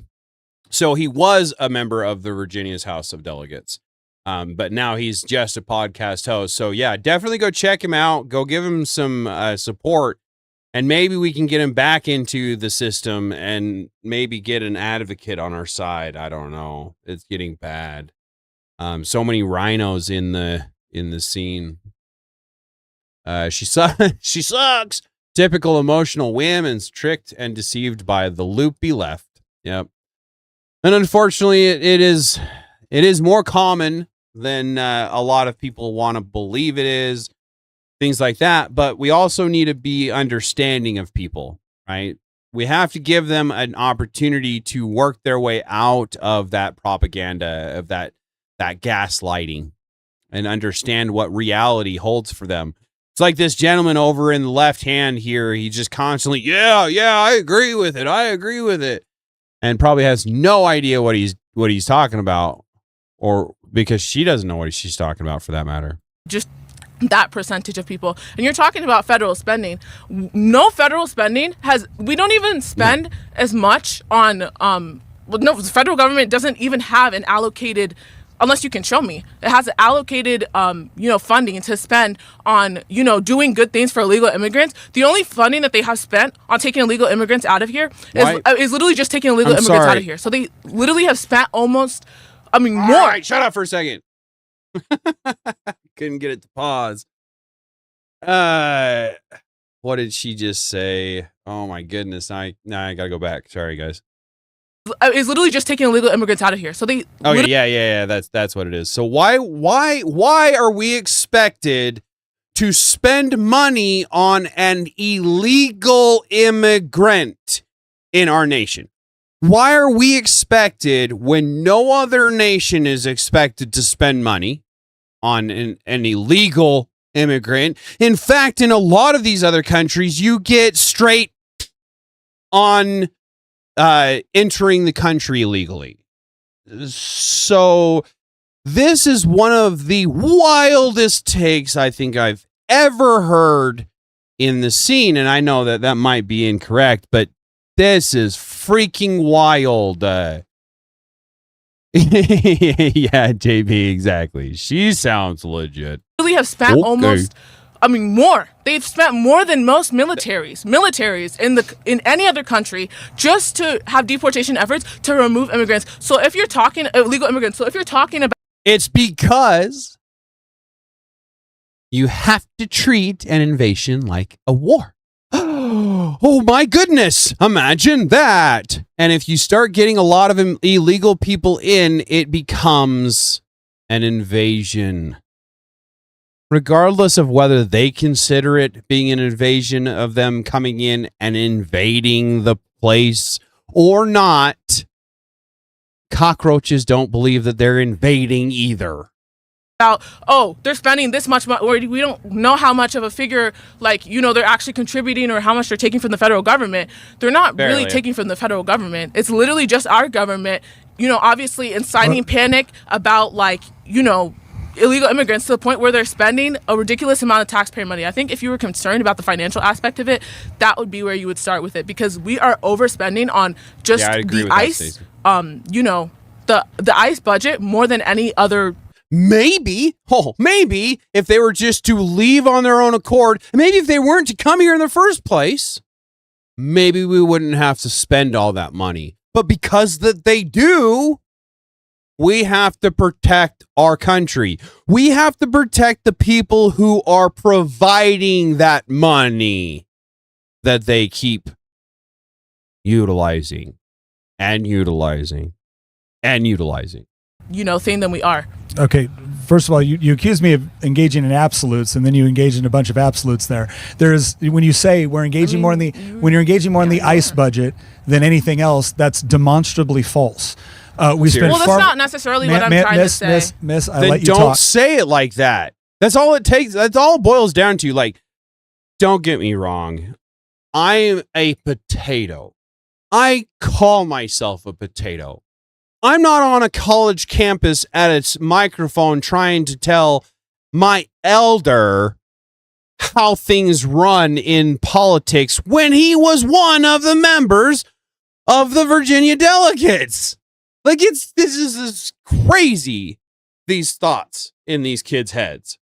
Like Stacy said, libs that argue that they don't know anything about. There's nothing about this that makes any sense at all. If you really look at statistics, what is she talking about? The whole time I didn't interrupt. I'm just trying to clarify my point, because I know it's going to end up on a recording or something, and I just don't. Yeah, and oh my goodness. I know it's going to come on. I'm recording. Yeah, you did it to yourself, just like I'm doing it to myself by putting myself out there for the world to see and to clip if they so choose to clip me. That's why I'm very careful about trying to make sure that I'm legitimate in what I'm saying. If you haven't noticed, for the people who are watching and who have seen my streams, I try very diligently, or try hard to be diligent, in making sure that I'm giving you proof behind the information that I'm giving you. Just like the last video, I was like, I'm coming across all these videos and I wish I could show them to you so it wasn't just me telling you about them. Because that's not proof. She doesn't have any proof. You can't just open your yap and say something and expect it to be held at truth value. That's not the way the world works. We need to work off of facts and logic and respect for one another again, and get back to the dialectical idea like he's trying to do. The way he just reacted to her is incredible. I don't know if I'd ever be able to get to that point. Honestly, I'm hoping, But he's just like, ma'am, like, I let you talk. Why can't you just let me get my points out?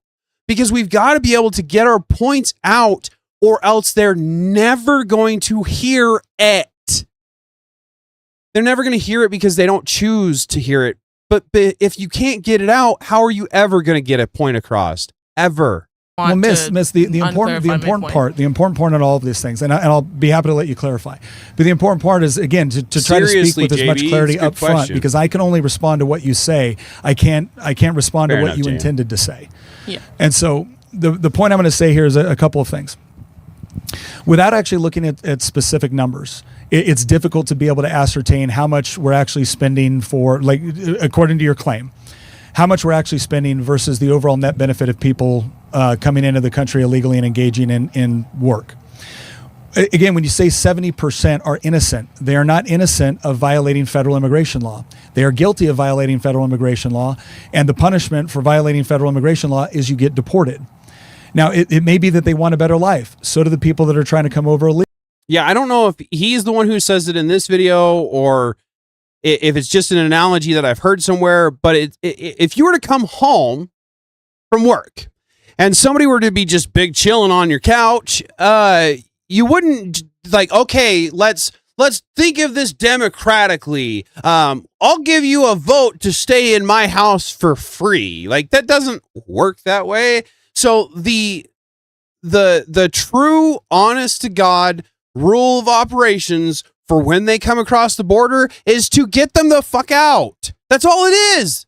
There's no court that needs to be done. There's no, are you in trouble? Do we need to help you? No, if they were in trouble, they should have gone through the proper route. They didn't go through the proper route. It sucks to suck, I guess, bro. I mean, come on. Anyway. It's like they've never watched an episode of Caleb Hammer and do not understand how any taxation allocation works at all.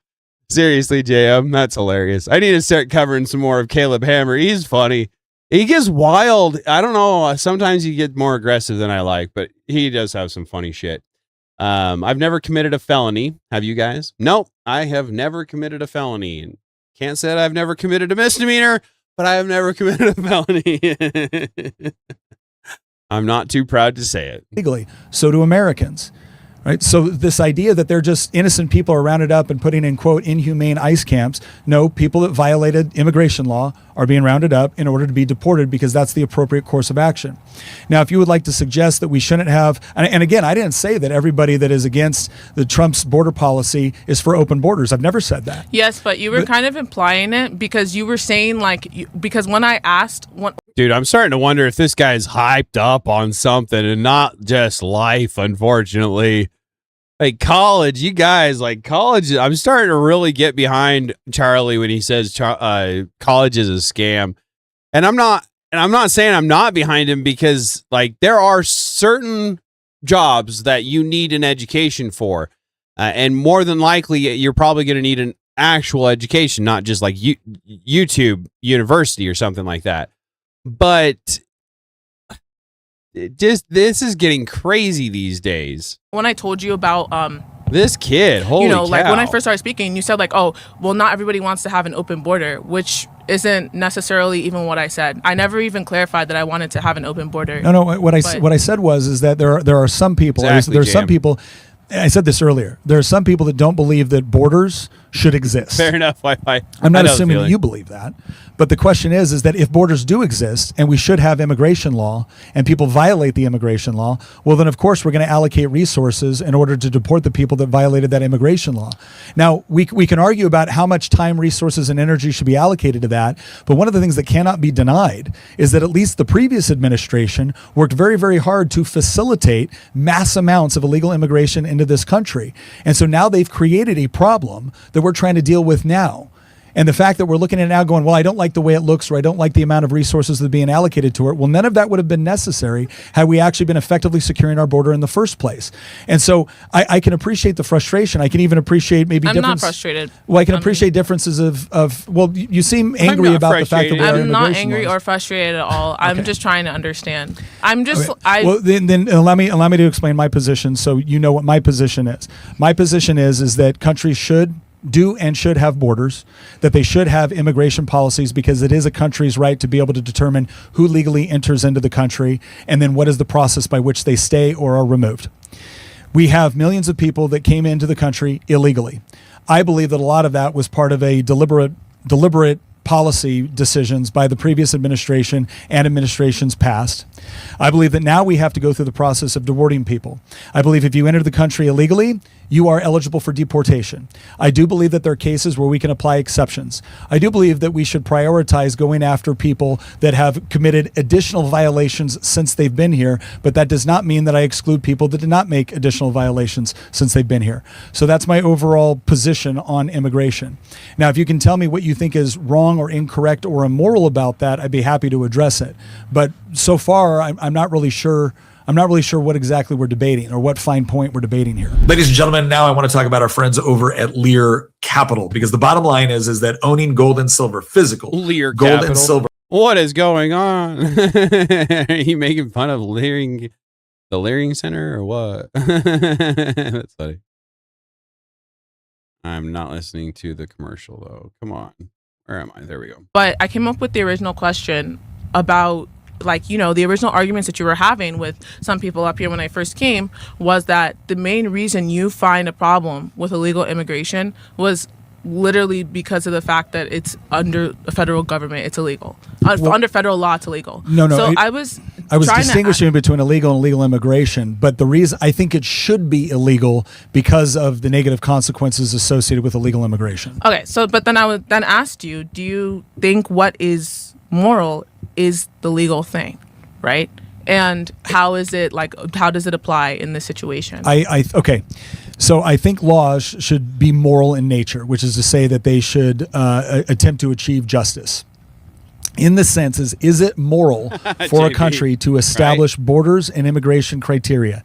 Yes, I think that can be moral. Can they come up with bad criteria or good criteria? Sure. But is it moral in general for them to be able to set those parameters? Yes. If people violate those rules, is it moral for that government to then deploy law enforcement in order to deport them out of the country? Yes, that is moral and it's in and of itself. Can you come up with individual cases where you think it would be they would operate in a way that was immoral? Sure. And I'm happy to debate those individual cases. But as a matter of policy, I believe it's perfectly moral for a country to set boundaries with respect to its borders, who can come into the country, and then set up processes to deport people that have violated those rules.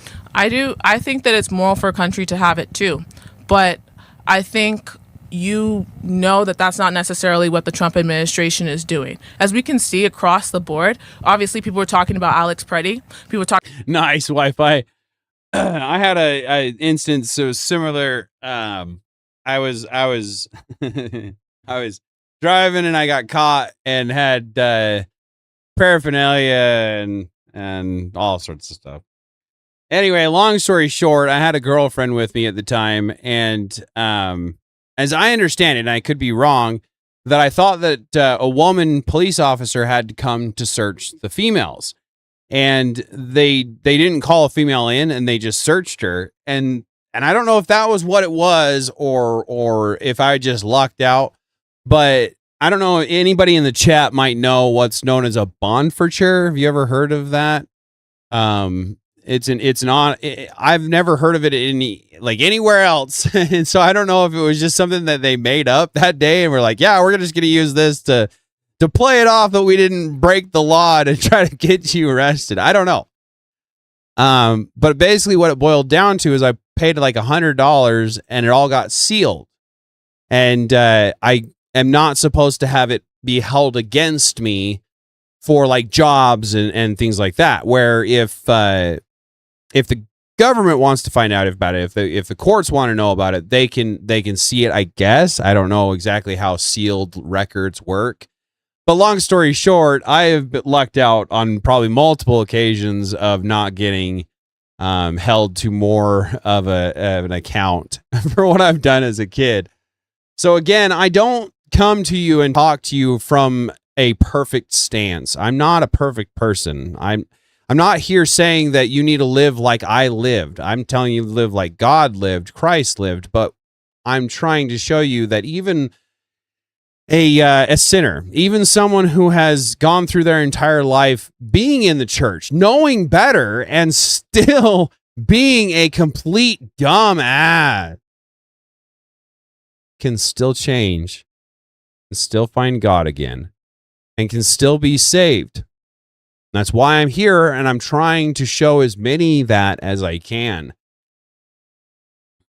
Anyway, I'll let you watch this for a little bit before we go on. Talking about Renee Good, and you're talking about individual cases, and I understand those are individual cases, but as a policy as a whole, it's seemingly that the Trump administration is going about this deportation and in a completely immoral way. For real, you can JB, see what me they're too. doing at the airports. They're trying to spend. Obviously, it's immoral from the perspective of even just how much the American taxpayer is paying for all of this nonsense. So if our taxes are increasing as a direct result of this and like funding that's allocated towards welfare programs that are supposed to help American citizens, we can see it's being reallocated as a result towards the efforts for ICE. That's immoral in a sense because of the fact that obviously Americans are suffering because they're not getting as much opportunity for their food. They're not getting as much opportunity for their education. They're not getting as much opportunity for just the ability to live a better life, right? And we can see that there's obviously What are you funding cuts talking towards about? those places. Why are they coming here if they're not coming for a better life, you wacko doodle?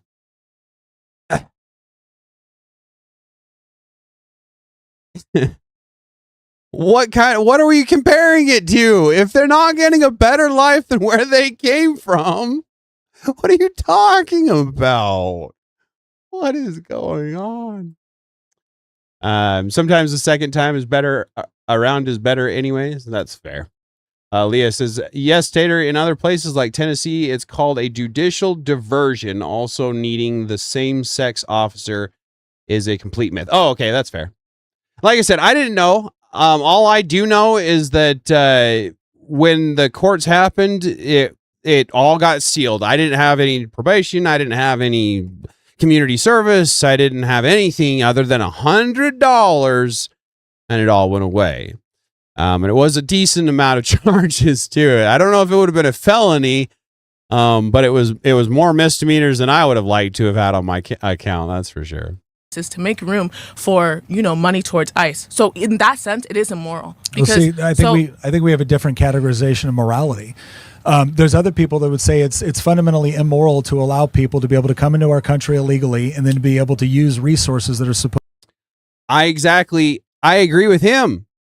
I find it immoral for people to steal everyone's hard-earned money. Because taxes are theft in this day and age. And I'm sorry how anybody can see it otherwise.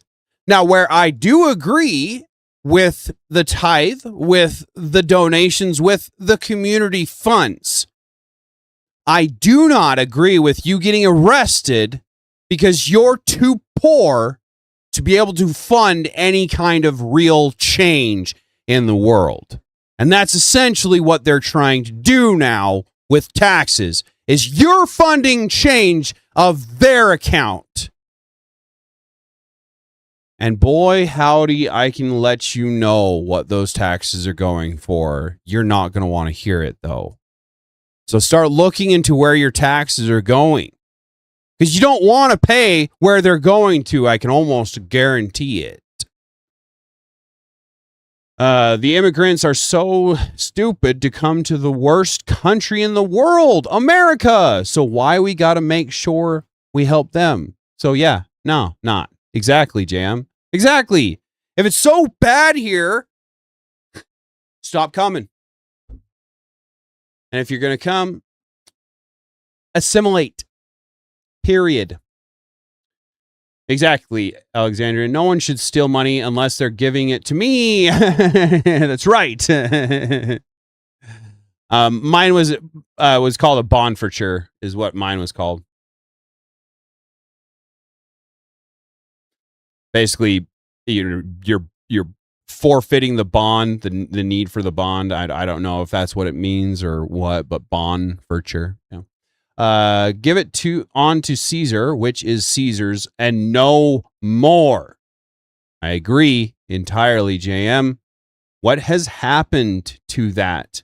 We had a rate increase of what, 10%, 1% when we overhauled the T, and millions of today value we hucked overboard. Millions of value of today. B says, but they're not stealing the welfare. They applied for it. Yes, they did, and they were approved, having never given into the system or living or are doing anything for their communities ever. Exactly. Have you seen the I'm too poor to work video? No, I haven't. Is that a YouTube video or now I'm really interested. I'm too poor to work. I'm assuming that's facetious. Is it a YouTube video? Is it a movie? What do you got? What do you got? Supposed to be allocated toward Americans illegally, and that it actually is moral to allocate resources to law enforcement in order to ensure that our laws are respected. So the thing is that I think you're using morality as this absolute term, when in reality what you're talking about is your opinion on morality, which is fine, by the way. Well, but you're gonna have. What do you think? And just a reminder, guys, we will be opening the panel after the show. So if you'd like to join the panel, if you haven't already, Mr. B was in the vetting room the last time I looked. So if you'd like to jump into the vetting room and vet with Mr. B, you're welcome to jump on the panel when I'm ready to get onto the panel. Obviously, it won't be for right now, for a little bit. Still, we got about half this video left to go. But once we're ready, if you would like to be on the panel, make sure you're ready for that. And as always, if anybody has anything kicking around, pocket change, anything is more than appreciated. More than appreciated, right? In order to keep this going, I'm going to need some kind of something coming in. And yes, I do have a daytime job, but that keeps me alive. So let's keep this channel going if we can at all, right? And anything is much appreciated. But of course, if you don't have it, don't try. Just like, subscribe, and share. That's all I ask for. Is what is the government allocating towards what, you're saying, you keep on saying oh, the government is, spending money on these illegal immigrants. Aside from ICE, what do you think the federal government has been, doing or spending towards illegal immigrants? So the question is twofold, right? So there's the federal side, and I do believe that there is fraud within the federal government, and I do believe that illegal immigrants participate in that fraud. All right. You also have the fraud that is going on the state and local level, right? So additional resources are being allocated to people that are in the country illegally that otherwise would not be allocated that way if they were not here illegally. And so, but here's the question too on the morality side. The morality side with respect to where we allocate resources in the United States is generally answered in part by who we elect, right? So is it moral, for instance, is it moral for you to take my tax dollars and give it away on a social program that I don't agree to? I mean, we do that all the time. We do it all the time, but is it moral? Yeah, if it's helping other people, that's the agreement that we make as a society. So as long as it helps other people, other people, I can take as much money from you as I want and help other people with it. No, but I'm saying that taxes are the agreement that we make. You're saying take money from me to make a social program. Nobody's coming to take money personally out of your pocket. Taxes are just the agreement that we make as a society to be able to provide for the welfare. Okay, so let me ask you something. Did you sign on to that agreement?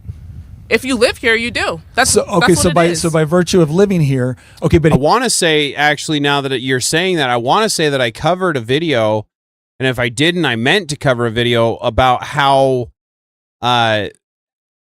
some immigrants are a tax negative no matter what. Like the whole life of them being here, they're negative, and so yeah. It's really hard to say that it's beneficial at all. at this point. Here's the part that I want to distinguish here. All right. You don't necessarily agree to the taxes that you have to pay. The government imposes them. And I think you and I would probably both agree. That's fair, Stacey. I appreciate the clarification. But yeah, I was with you. But yeah, I mean, so on that note, the story that I was saying was immigrants in general, right? Where this is illegal immigrants of 80,000 per illegal immigrant. The story that I was hearing was basically no matter how long they're here, some migrants never become a positive on the system. So is it beneficial at all at that point? That there's a level to which government can impose taxes where we think it would actually be decidedly immoral. But the question is that you and I might fight on, is it this tax rate? Is it this tax rate? How do we adjudicate that difference? Well, you're just saying like... No, wait a second. Let's say you think the tax rate should be 50% and you think it should go more towards social welfare programs. And let's say I think the tax rate should be 20% and I think it should go primarily to defense. Now, is my position moral and yours immoral? Is your moral and my immoral? Or do we actually engage in the electoral process in order to elect people, in order to determine out what tax rates should be? All right, and to the degree and what they're going to be focused on. See, this is my problem, is that when you create something as a moral category, when in reality it's your preference. Like, I don't think it's necessarily moral for the government to engage in all these social welfare programs because I think they do a very, very bad job of allocating resources, and I think they do a bad job of taking care of people. I think in many cases you see a great deal of corruption in the way they spend it. And then the way that they have to take that funding is by stealing it from me, right? I could voluntarily give my money to people, and I do so, and I think that's moral. I think it's moral to engage in charitable activity that is effective. All right, I don't necessarily think it's moral for the government to take my money and then to engage in what they claim as charitable activities, when in reality it's just redistribution. For real. But the fundamental question here is what I would ask you to consider, and I'd be happy to consider as well, is that the real fundamental question here is: does a government have a right to establish borders, immigration policy, and then allocate resources in order to enforce it? If the answer is yes, then what we're debating about is not a moral question of whether or not ICE can do its operations. It's a question of what is the most moral way for them to carry out those operations, and that's a very different conversation. I think you're saying like, it's like morality is subjective. I don't think, like, if somebody took you away from... I'm definitely not saying that. Well, that's what you're implying, because you're like, like my opinion, like my moral thing is an opinion. But like, I think that you can look at stuff and you can evaluate it, being a Christian, whatever religion you are, and just say, hey, that's wrong. By just seeing, hey, I wouldn't want that to happen to me. The way that they're ripping families away from each other in, this effort to enforce an immigration enforcement is an immoral thing. You wouldn't want that to happen to you, would it? Actually, let me ask you that question. Would you want that to happen to you? I wouldn't. And you know what I do to avoid that? Of course. I don't enter other countries illegally. Oh my gosh, the concept! Like, wild stuff here, guys. If you don't want to do the time, don't do the crime. Holy shit, what a concept. Pretty sure we were talking about that on my last stream or something like that, right? Maybe the stream before the last. And Nick's got some crazy eyes here. Anyway. Okay. So Zero due process for any of these people. So let's address the due process, okay? So this gentleman right here, since he decided to yell in here, I'm assuming that he has some sort of property, maybe a dorm room, maybe an apartment he stays in. I'm willing to bet that if he came home one day and I was sitting in his apartment, kicked up with my feet on the table and watching the TV, he would call the police. The police would come over, and here's what they would do. They would check his ID and that address in order to determine whether or not he had a legal right to be there. Then they would check my ID and my address to determine if I had a legal right to be there. Now, if I didn't have a legal right to be here, you know what they'd do? They'd remove me. I'll tell you what they wouldn't do. They wouldn't let me stay on the couch before I got a trial of my peers and was convicted in a court of law of trespassing and breaking or entering. I would be immediately removed because that's the due process in that particular situation. Yeah, so like I was saying before, I didn't know if it was him that had mentioned it or if it's just an analogy I'd heard, but that's the perfect analogy. I don't know why that doesn't hit, because they don't want it to, obviously. But if someone breaks into your home, you're not going to allow them a court process for them to stay or not. You're going to call the cops and you're going to get them removed from your property.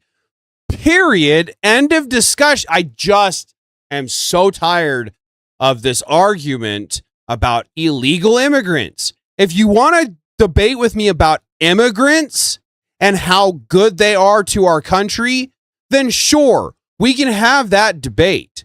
But the debate for illegal activities is not a debate. Illegal is just that. It is illegal. Whether it's civil, whether it is lawful, it is illegal, and it should be held as such and should not be allowed any longer in any way, shape, or form. Any legal that is lawful or unlawful needs to be ironed the fuck out.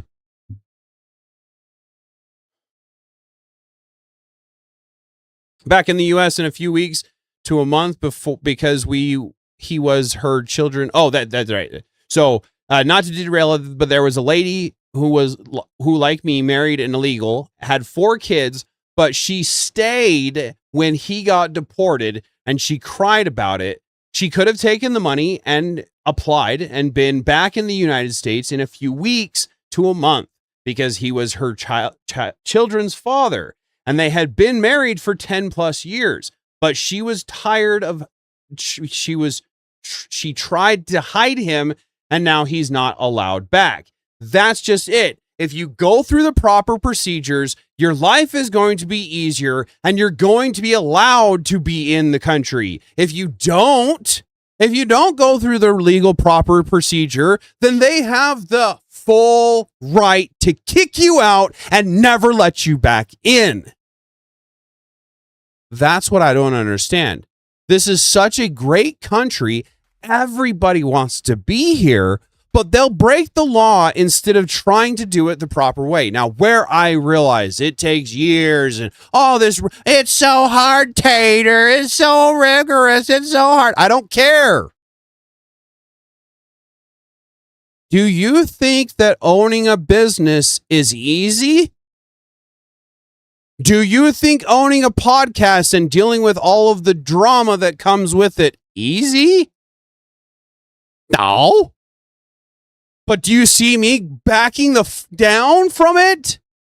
Well, maybe my main business, just because if this takes off, I'll dedicate to this. That's the only reason. Otherwise, I don't give up unless it's absolutely necessary. So go through the proper procedures, be here, and have pride in doing it.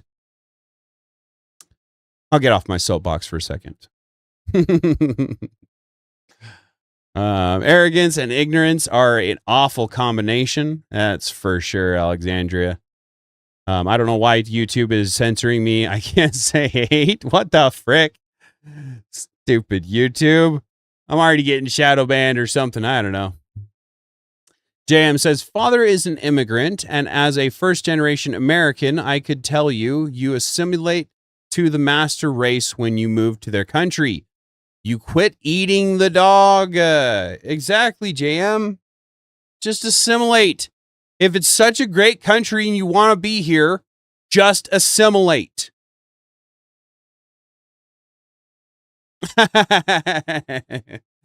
Yeah, I'm just making sure that people understand that I'm passionate about this kind of stuff at this point in time. I'm not mad or upset or anything like that. I'm just tired, guys. I hate when people start telling me that I don't understand how hard it is. Bitch, please. I know, right? Exactly. Life's hard, but then you die and you can find peace and rest in Christ. That's true. But we all have to go through our processes of life. Immigrants are no different. Just because they come from a hard background does not mean they immediately get given everything for free. And a lot of these guys, are they actually coming from a bad history of a background? Are they coming from a war-torn country? If they are they stopping in the first place that is asylum? Is that safe? No, they're all coming to America. It is very similar with respect to immigration law. If you're in the country illegally, we can deport you by virtue of the fact that you're not here legally. Now, if we'd like to do what you apparently seem to be suggesting, which is then haul that same immigrant before a court of law, incarcerate them, try them, convict them, and then fine them for violating federal immigration law, and then deport them, we could do that, but I don't think the immigrants you claim to support would like that idea. I don't think I'll ever get to like Alex Jones status where he's like screaming and getting all like red in the face and stuff like that. You know, so at least there's not that, right? Right? I'm just kidding. Okay. I think the point I'm just trying to get to is that, like, fair enough, Jay. Like, you're trying to say, like, oh, illegal immigration is, like, I'm just still, like, I feel like I still haven't really gotten my question answered. Like, you're trying to say, like, what other reason besides the legality of it do you actually believe? So I'm gonna answer this again because I've answered this twice now. Okay, and this is my third and final attempt. I believe the reason why illegal immigration should be illegal is because there are negative impacts. Here are the negative impacts. First of all, if you don't have borders, right, then theoretically anybody can come into your country for any reason whatsoever. And some might intend to live among you, some might intend to do you harm. And so it is perfectly reasonable for a country to want to be able to protect itself and its borders from anybody crossing illegally. Thank you, Dave. I also believe that while some people come over to the country illegally and contribute, there are many other people that come over and engage in illegal activities or engage in other activities which don't make up for what they contribute, which means they are a net recipient of the benefits of this country without being a net contributor. I believe that it's also difficult to sometimes distinguish between who falls into what camp. And so that there are certain limitations on what we can impose through law. And the way we make that law, the way we decide that is we say, here's the border, you're not a citizen. So if you would like to come into the country, here are all the legal pathways to do so. But because we can't have perfect knowledge of what your intention is or what you plan to do or what you plan to do in the future, if you're not a citizen and you haven't come here legally, you're here illegally and we remove you. Now listen, you may disagree, you might want to come up with other categories, but I don't think there's any logical way you can tell me that I haven't explained why I think crossing the border without proper documentation, without being a U.S. citizen, why I think that should be illegal. I've explained that now. So okay. I understand you're saying that you've explained it. I think the reason I'm asking you to explain it is because I feel like some of the points are a little vague. Like you talked about Doge briefly. You were like, oh, there's a lot of wasteful government spending, and that's immoral to have because it's taking money away from the taxpayers. You never actually really specified what Doge found that would even, suggest that the federal government is issuing money towards, on a federal level, is issuing money towards, illegal immigration efforts as to benefit them. But also, like you said that you're saying, oh, they're not a net positive. They're not contributing. You said they're taking, but they're not contributing. You literally said that in your last point that you do not know whether it's true, whether they're a net contributor or they're a net taker. So I don't know for individual people. So then why are you that saying it? over. Why are you saying that? Oh, chick, calm that down and listen to him while he's talking for a second, and you might get what he's trying to say. On an individual level, no, we can't say because there's always going to be the exceptions to the rule. But like we all should understand by now, the exceptions just prove the rule. If there are someone that is opposite from someone else in majority, thus being the outlier, there's got to be a rule. And that rule is they take more from the system than they put in because for the simple fact that they are undocumented. How can you possibly say they are paying when they are undocumented? There's no document of them. There's no trail of them being here. So the only thing that they're able to contribute is going to be things that they purchase at the time there is the sales tax. But if you're not documented, if you don't have a IRS number, you're not paying to the IRS. It's not possible. And it's definitely not possible for them to say that you are or that you're not if you're undocumented. So this idea that undocumented immigrants pay more into GDP and all of this other stuff, and they don't use the welfare and such, is total propaganda. I don't understand how they can tell us these things when we can see them in real time. But I digress, I guess. Mexico is sending them back now because they don't want them here either. Oh, fuck. Of course. JB says illegal because it's racist. Come on, girl. You know you want to say it. That's funny. Let's see. Oh, thank you. Yeah, falsely accused. Yes, that was the phrase I was looking for, Homestead. Thank you very much. There have been way too many people that have been falsely accused of crimes that they are not committing because AI is not perfect and we should not want it to be, which means it should never be allowed to be what controls the accusations and the allegations ever. Leah says the biggest irony of all, most of these pompous hats are college students. Part of the reason why the stream is called what it is. And so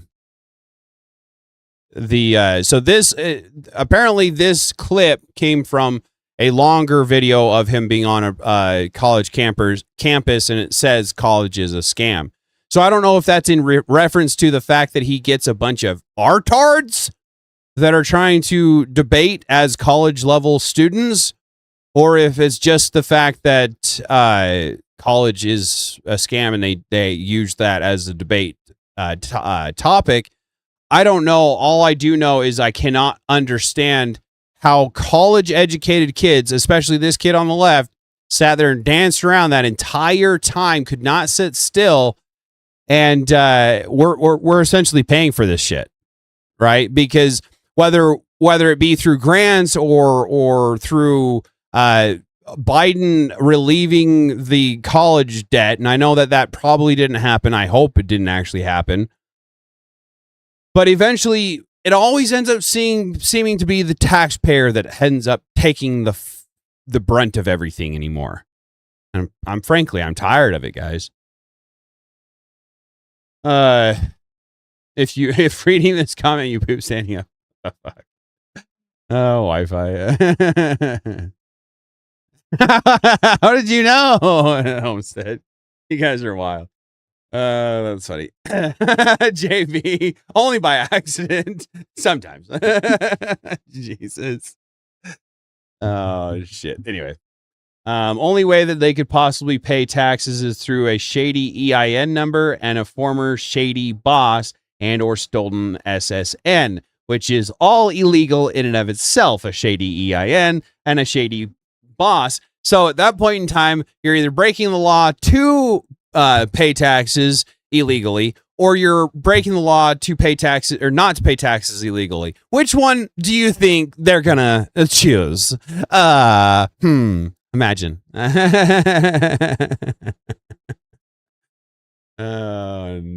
funny. Leah, I read that comment. Now I'm wondering if I had a stroke. You guys are funny. All right, so we can finish this up real quick. And then again, if anybody wants to join the panel, I will be opening up the panel after this is done. I don't know if anybody has vetted or not yet. If nobody does vet by the time I get done with this, maybe I'll go for a little bit longer and then I'll just wrap. So if you want to join the stream, jump into the panel room and the vetting room, and if you have vetted, shout it out in the chat so that I know that there's somebody that wants to join the panel. Because again, I'll just keep riffing until I know that there's somebody that wants to talk to me. Because I know I'm a potato and nobody wants to talk to me. Just kidding.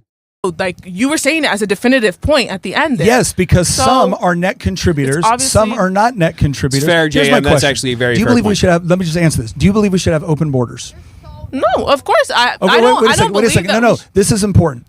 You don't believe we should have open borders, okay? Do you believe we should have a law enforcement entity that is responsible for taking people that have crossed the border illegally and removing them from our country? I entirely and 100% agree with that, Homestead. Now, every trade, not every, like, so like, for example, my area doesn't have a trade school. That's what I was trying to say. Not every area has a trade school, but I agree with it in as much as you can. And if you don't have a trade school, get on with a trade, get on with a tradie, right? I'm always looking for good, solid people to train in the trades. We need people in the trades. We need people as doctors. We need people as scientists, but unfortunately they all sell out and they're all working for somebody that we shouldn't be working for. So what we need to be doing is we need to be going back to God. For one, everybody needs to go back to God. We need to get back to God. That's enough for that. But in the meantime, we need to start understanding what we need to be doing to find that path for them, right? So as I'm bringing people into my community from the left, hopefully at some point in time, I'm trying to get them to understand where their flaws are and where our solid structure stands better than what they understand, right? And there's nothing against anybody, but I'm working off of God and I want everybody else to be doing the same so that we can all be saved. And yeah, I talk about God and I lose 4 or 5 subscribers or 4 or 5 viewers just like that. Tells you so we're doing something right, doesn't it? Anyway. Let's see. So yeah, you guys are just talking amongst yourself, it looks like. Well, yes, but not to the extent like. So is that moral? Not to the extent, huh? Is that moral? Well, it's not necessarily. I'm not saying that the institutions itself have like a moral standing or not. I'm just saying the way. Jesus, that's fair, Stacy. My dad is a CPA and made sure he did everything properly, but Obama is an A, and we had to come back. I was not going to live illegally, and I respect that a lot. And a CPA is impressive to go through the process to get a CPA, let alone membership, right? That's good, Stacy. Again, I have a lot of respect for that. Just so everybody knows, the flock is watching. I'm heading out the door. I'll be listening in the background, just like flock. Party on, Juan. Party on, Wayne. Party on, Juan. Jam. Drive careful. Appreciate the engagement. Look up Meta's America's Workforce Academy program. It seems like a good thing from the looks of it. Interesting. Meta, huh? I'll have to look into it. Anything that has Meta's name on it, I'm worried about, unfortunately, but I'll look into it. That it's being done is immoral. It is. So okay, so every single action is immoral. Every single deportation has been immoral. Okay. Do you see what I'm saying? That's not what I'm saying. You just said it's being done. You just said it's being done in a immoral fashion. Overall, it is being done in an immoral okay, way. what part of the overall function is immoral? We could literally see that people are also dying as a result of people coming over illegally and committing crimes. Okay. People are being human trafficked. Children are being trafficked. Drugs are being brought into our country. Drugs are being brought into the country. Okay. It has killed its citizens. How is that moral? Okay, like nobody deserves to be completely have their lives destroyed and taken away from their families. Stop yelling from the back and just get up to the mic. Well, no, wait a second. This is where we're going to get into, right? It's going to be the going back and forth. Oh, see, there we go. White men. White men. We don't have to have any other argument. We don't have to have any other argument because I'm a white man, right? Well, that's not what she's saying. You're falsely representing what she's saying. No, she just said because I'm a white man. Well, she's okay. Here's the thing. If like okay, I'm not. You're falsely representing what she said. Literally, you could hear her say because he's a white man. Like, what are you talking? Like, college is a scam, guys. This is crazy. This guy in the background. What is this chick talking about? What is going on? I'm even going to get into the Laken Riley thing. That's an entirely different conversation. But well, wait a second. No. That's the problem is you don't want to get into the Laken Riley thing. Even okay, like when we're using the Bible, right? You're a Christian, obviously. I'm thinking of how, during King Herod's, killing of the people in Yep, JB. Bethlehem, Mary fled with Jesus to Egypt. Like, do you think, and technically that does make them, immigrants. And for this, people are sorry. Did you just look that up? Wi-Fi, is that what they actually do? Maybe not, because it's a program to produce engineers for the data center. Is that legitimately what they do? Now I'm gonna really have to go look into it. Oh man, these data centers. Oh man. Again, guys, I want to be very clear. I'm not against innovation. I'm not against technology. I'm against greed. I'm against the evil that is behind some of these programs and initiatives and the reflect orbital, right? Where I realize that that's not data centers, that's not AI, that's an advancement in technology, and that should not be okay. This idea of bringing light to the world where there is no light is no. God does not make mistakes, guys.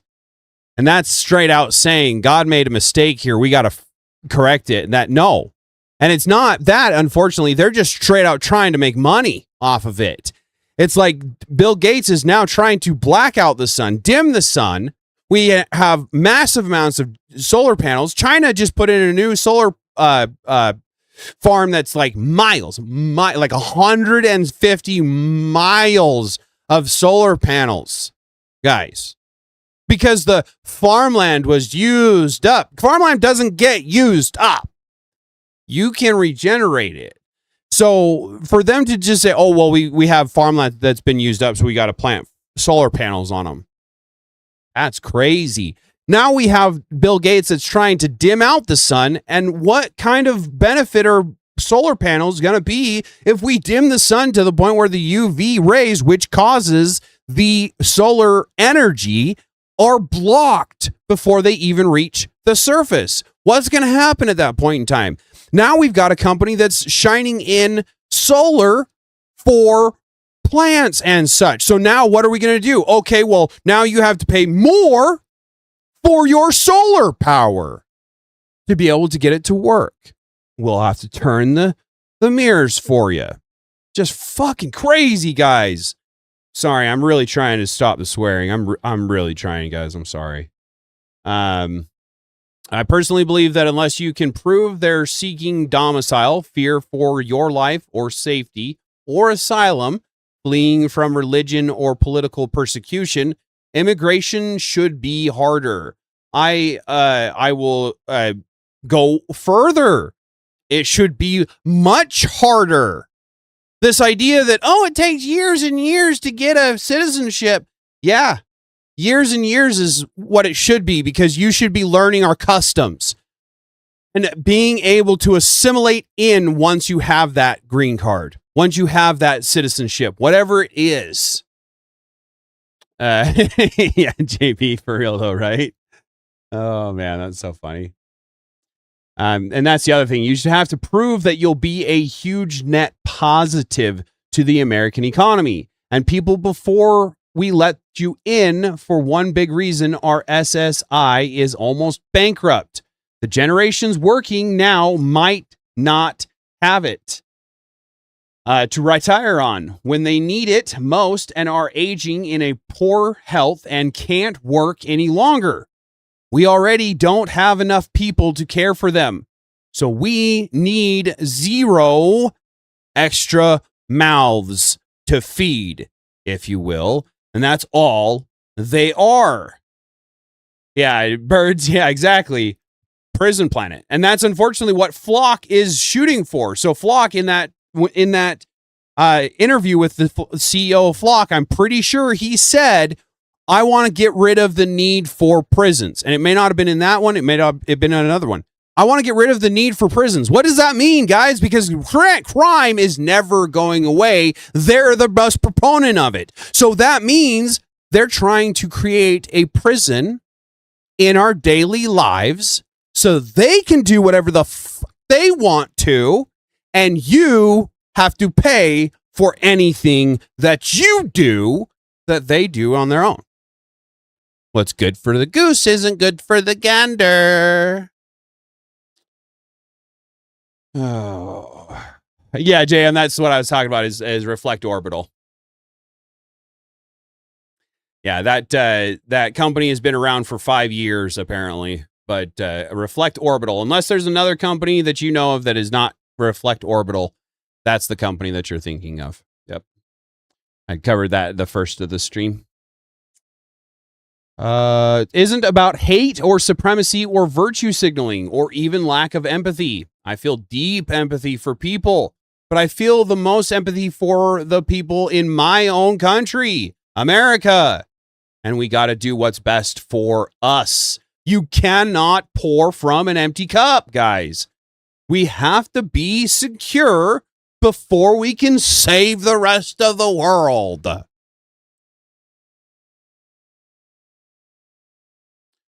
You'll wear the ankle bracelet and eat the bugs. That's right. And you'll own nothing and be happy. Fleeing for the exact same reason that they first fled from which is why we have refugee So why status. do you think? So wild. Yeah. She tries to pull that. I'm not against all immigration. I'm not even against all. Like, I'm not against refugee status. I'm against illegal immigration. Okay, but that's obviously not the same. Position that a lot of the Trump administration, even a lot of the Republicans hold, because it's always good to have you. That's all that matters. I just wanted to let you know that if you want to go back and look at it, I did cover a little bit of that. I don't know how much information is out there of it, but I wanted to bring it to the front so that people start to see that we're playing God way more than they let us believe that they are. You could see it through the Remain in Mexico acts that happened during COVID, right? Mm-hmm. Obviously, there's a danger, your present danger in Mexico because of, the big cartel presence. And so you're saying that people should have to stay back there when they're obviously refugees who are trying to flee here to escape that should stay back there and still be subject to it. So it's just kind of confusing how you're like, you're trying to represent your point as like, the entire representation of the Republican Party, but you trying to make it seem tame and like digestible for people on a college campus. No, because you just know that that's not the entire representation or even most of the view. It's again, I'm amazed by this. You accuse me of speaking in absolutes, and then you come and directly misrepresent what I say and suggest that I'm somehow here to speak for the entire Republican Party. At any point in this conversation, have I said, here I am, Nick Freitas, on behalf of the entire Republican Party? No, you come up here to ask me questions, and I give you answers based off of what I think is true and based off of what I think. I never claimed to be representing the entire Republican Party. But again, if we're going to continue to shift goalposts, right, then it's going to be difficult to have a conversation. I'm just trying to say that, like, if the problem was really crime or any of the other things that you mentioned that you're worried about illegal immigrants doing, Lake and Riley, whatever the business may be, we know that American citizens are twice as likely to commit a crime as illegal immigrants are. We do not know that. We do know that. I can actually, do you want me to pull it up? Yes, bring up the study in Texas. I know exactly the study that you're talking about. And the problem is that they didn't actually do proper data analysis with respect to who is actually in the prisons illegally. Because the bottom line is a lot of the states don't actually have a proper intake program to determine whether or not the person they've incarcerated is in the state illegally. I've done an entire podcast on this where we talked about how almost every single study, or every single report you've seen, wait a second. Every single report you've seen references one of two studies, and the predominant one is in Texas. And if you look at that through any sort of objective lens with respect to looking at data analysis, you will come to the conclusion that was a horribly flawed study. And yet it has been repeated ad nauseum as if we have dozens of studies out there that prove that, and it is fundamentally untrue. Well, okay. I don't believe that there's a system. There's not a system that's like established in many prisons, even on at least, I don't know on a federal level, but on a state level, at least many states. I don't know if it's all states, but most states do have an established way to, tell whether somebody's an illegal or an illegal immigrant. I mean, illegal or an illegal immigrant, whatever their immigration status may be. We could see this through how Obama completed the deportations. In the Obama and the the Biden administration, we could see that you know, most of the people that Obama ended up deporting were people who actually did have some sort of, you know, infraction or violation. Maybe it's minor, maybe it's big, and we could see most of the people that he captured was because he went because they got arrested for a certain crime, and they were processed through the system, and then they were deported after the fact. That's not true. Most of the people who got deported under Obama got deported because they changed the criteria to say turned away at the border as a deportation rather than turned away at the border. Look, here's the bottom line. If you want to continue to make blanket assertions, you can. But the problem is it's difficult to argue with blanket assertions because there's no objective criteria that we can go back to and reference to determine whether or not it's true. Okay. Well, I mean, there's no way that we're going to be able to agree on it, but I just think that it's kind of insane how you're up here trying to say like, fair enough, Stacy. Appreciate the engagement while I had you. Got to go do some baking, so I'll keep you on, but I won't be in the chat. That's fair enough. The view is all that really matters to me, as always, so I appreciate you. Who is she looking at? Is she looking around for Jesus to save her from getting destroyed? Seriously, though. Is it just me, or is like she foaming at the mouth? Like, I don't know what's going on here. I was going to not necessarily point that out, but it's bugged me the whole time. Police department / jails are marking Hispanics and blacks as white too. Oh, really? That's interesting. just because it's legal, like it's supposed to, just because it's illegal, then that's like the reason why we're supposed to, you know, enforce it. There's a lot of things. Slavery was legal. Chinese Exclusion Act was legal. Japanese internment camps were legal. Those were all things that were immoral. I cannot believe at a university of this caliber, where you have asked Where did you go, actually? Where you have asked Where did you go? I know that you're getting ready to call me like stupid or something. No, I'm not. And I just like don't even care about it because like I don't care. Like it's just insane. No, I know you don't care because at a university of this caliber, for us to go through this entire conversation and for you to conclude at the end that all I'm trying to do is saying it's illegal because it's illegal. When in reality, I explained 3 separate times why I think it should be illegal. I'm just trying to get and they were all blanket statements too. You were saying, oh, they don't have, they're not like, benefit. They don't have a net benefit. Like literally, what is your example to prove that they don't have a net benefit? Then you also stated the thing about Doge. You don't have any solid evidence. I said, give me an example about what happened in Doge. You didn't give it to me, right? So it's like, all I'm going to conclude is that you're just expecting it to be like, oh, like, you're just saying this. I'm supposed to just like, you know, take it in and be like, no, miss, you know what you've demonstrated I just don't you don't actually listen to what I say. So as far as that goes, Leah, I don't know for sure. I'm a potato and I constantly forget shit like that. But what would be the purpose of it is basically what I'm trying to figure out. Like why label black people and white and Hispanic people as white? Like why? It doesn't what good is it going to do? Because don't you get like incentives for having minorities? I understand where it's a prison. It wouldn't necessarily work the same way, but muck up crime stats. Oh, okay, that makes sense. I appreciate the clarification. That way it would look like more white people are doing things. Gotcha. Yeah, what are we supposed to do about this, guys? When they're literally lying about statistics and things like that, how are we supposed to fight and debate if we can't pull up legitimate stats? Like something has to give with all of this, guys.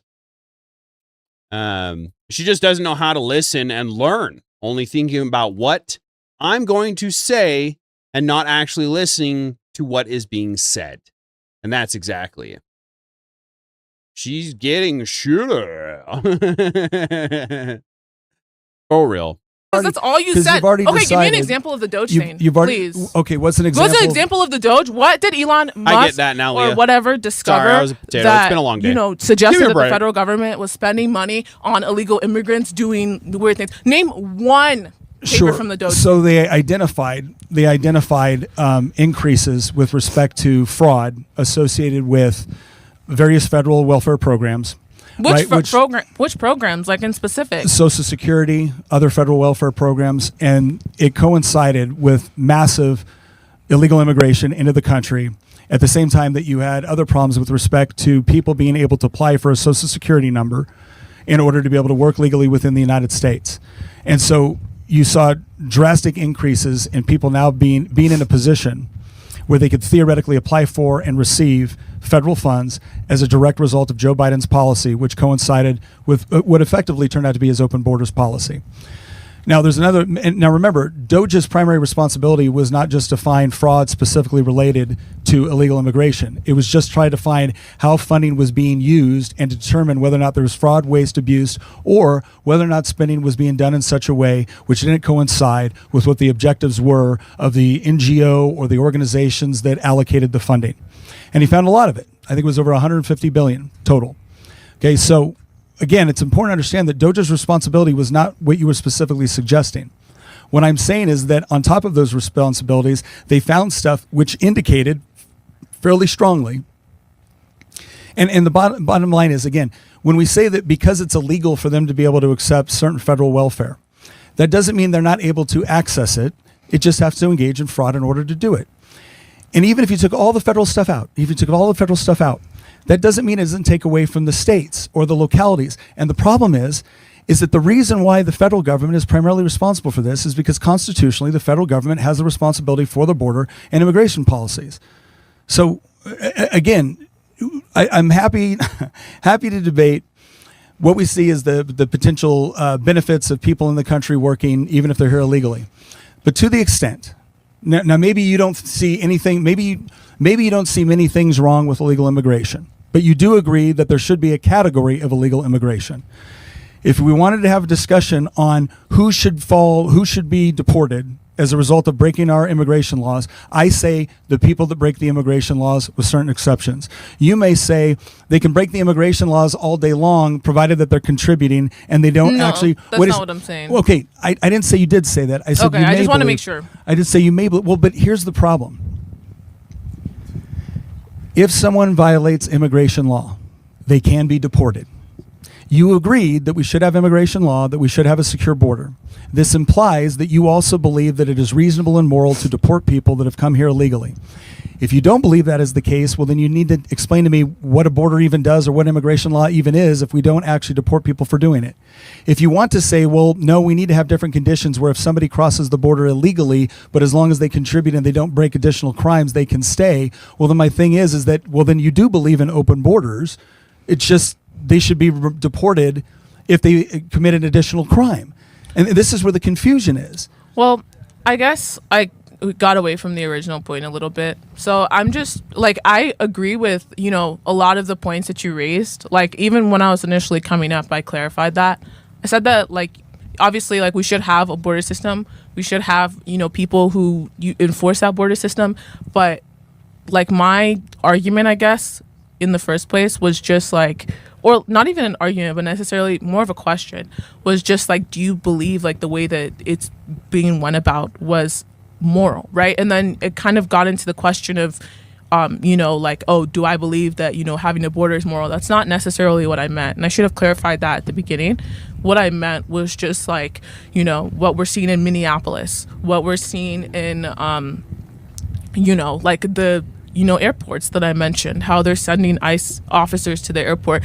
I was just asking in general, do you believe that that's like a moral thing? The problem is when you say like in Minneapolis, like in the airport, there's thousands of different ICE enforcement engagements in Minneapolis. Well, when I'm saying Minneapolis, I'm obviously talking about the more prevalent situation. So Renee Good and Alex Preddy. Yeah, like those situations. I think there was. I still can't believe we're still on that topic, that subject. I don't understand how either one of them have any grounds of saying that they were in the right.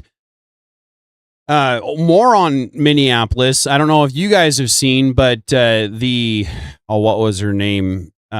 Shiloh Hendricks, I think it was what her name was, that did the N-word to the young kid in the park because he was stealing something from her bag or something like that, right? She's been found guilty of what was the term they used? Disorderly conduct. What the fuck? Like, is that? What in the actual is disorderly conduct? Is that an actual misdemeanor? Or have they just pulled this out of their behind us to charge her with something so that they can hold free speech by the throat? I am really confused on this one, guys. Where I don't agree with her. I don't think I would have necessarily used the terminology, and then when the PDF file came up and started to question her, why was he in the park in the first place? Anyway, so there's a lot of stuff going on in the world, and we need to hold to our freedom of speech above all else. And in order to do that, we need to hold on to our Second Amendment. So that's why I say every single stream, hold on to them. Like they're never going to go away, because we cannot allow them to. Let's see. Every time she says like, I lose interest in her opinion. For real, though. For real. They really need to, again, college educated people. I am not college educated, which is why I say and like and all that bullshit all the time, right? But they are college educated, so you would think that they wouldn't. Oh, man. Let's see. What did you start with? Did I miss something, JM? Our big is freedom of speech, and she's got $1 million on Patreon or something. GoFundMe. Yeah, it's freedom of speech, and she's got $1 million on Patreon or something. Yeah, she raised a decent amount of money. Don't get me wrong, but like it shouldn't even be something that she should have to fight. It should be a freedom of speech and just done and done. Biggest problem is even when you win and she's gained all that money from somewhere, right? She's now a millionaire by saying something in public that she shouldn't have said in public. Freaking wild to me. And here I am trying to bring the conversations forward, and I can't make anything, right? But when she gets done, she'll probably spend all that money. Now, if it was just on her, she would have been bankrupt, and that's kind of the part of the point of the system. That's why we need to stand together. We, the people, are what make the government. We, the people, are who employ and vote for the government. So we, the people, should be in charge. We're not anymore. That needs to change. The American people, not the illegal immigrants. Not just because they want to come in and start taking over our country. And it's not the way the world works. There's probably tactical things that should be discussed, but Renee Good hit that agent with her car. Okay. Well, looking at Alex, evaluating the original video, I know that a lot of my family actually does work in immigration, and I would say that lawyers. It's a law. I mean, it's a guideline in the the way that officers of the law operate. If somebody is fleeing, you can't get in front of a car to stop them from being able to flee. And if somebody is also fleeing, the implication isn't that they're trying. The implication of that means that they're not trying to hurt you, right? So it's like you can't use a deadly force against somebody who's running. So the vehicle was stopped, and Tim Walz is the one that signed the bill. Tim Walz was the one that signed the bill into law in Minnesota. The vehicle was stopped. The ICE agent was there, and then she hit him. So maybe from the video contradicts what you're saying. I don't think it does, because I've seen the video from multiple angles right as now. well. The video was literally her definitely running start off, getting involved and then in our went communities and he shot again. into her car. He actually called her a bitch when he was leaving. Yes. So it's just like there was within. I'm sorry, if somebody tried to run me over, I'd probably call them too. Where I understand that was not a conduct becoming of an officer, or whatever they wanted to use as a terminology. She tried to run him over. Anyway, Thank you, Werewolf. Please start to think about getting into your community council meetings. Start thinking about what you can do to get your community involved in talking out and speaking out and using the knowledge that I've tried to instill in you in our open panels to go and speak your mind on these subjects. If you're in favor of them, by all means, go speak in favor of them. But if you're against them, we really, really need to start speaking out against it. And if that doesn't take hold, then and only then we will cross that bridge when we come to it. But not until then. As always, I care for all of you, no matter what, no matter how, if we get along, if we don't. I care about you, and I care about you staying alive. Life is important. And as always, feel free to leave comments in the video as it goes up to a video from the live. Please share my streams out there, the videos as I upload them. Please share those out. I am going to be going on probably a week-long vacation. I will be attempting to continue my stream and my videos. However, being away from home, I may not be able to do the open panel like I normally do on Thursdays. So that will be played by ear. That will be not this Thursday, but next Thursday. So this Thursday will be plain and simple, the same as always. But the next one, we might be changing the format a little bit. I'm not sure exactly how that will go as of yet. As for right now, I love you guys. All of you. No homo, no, what's the word that I'm looking for? Dang it. I don't love you women like that, right?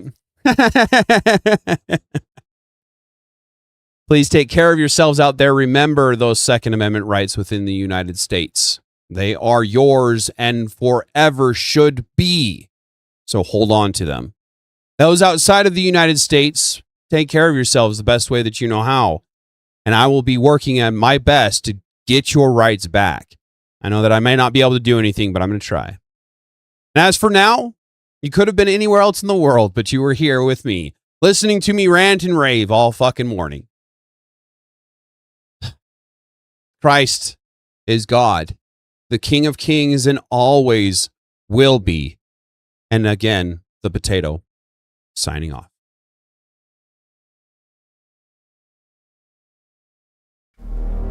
Sports! Sports! Turnips tremble! Starchborn awakened!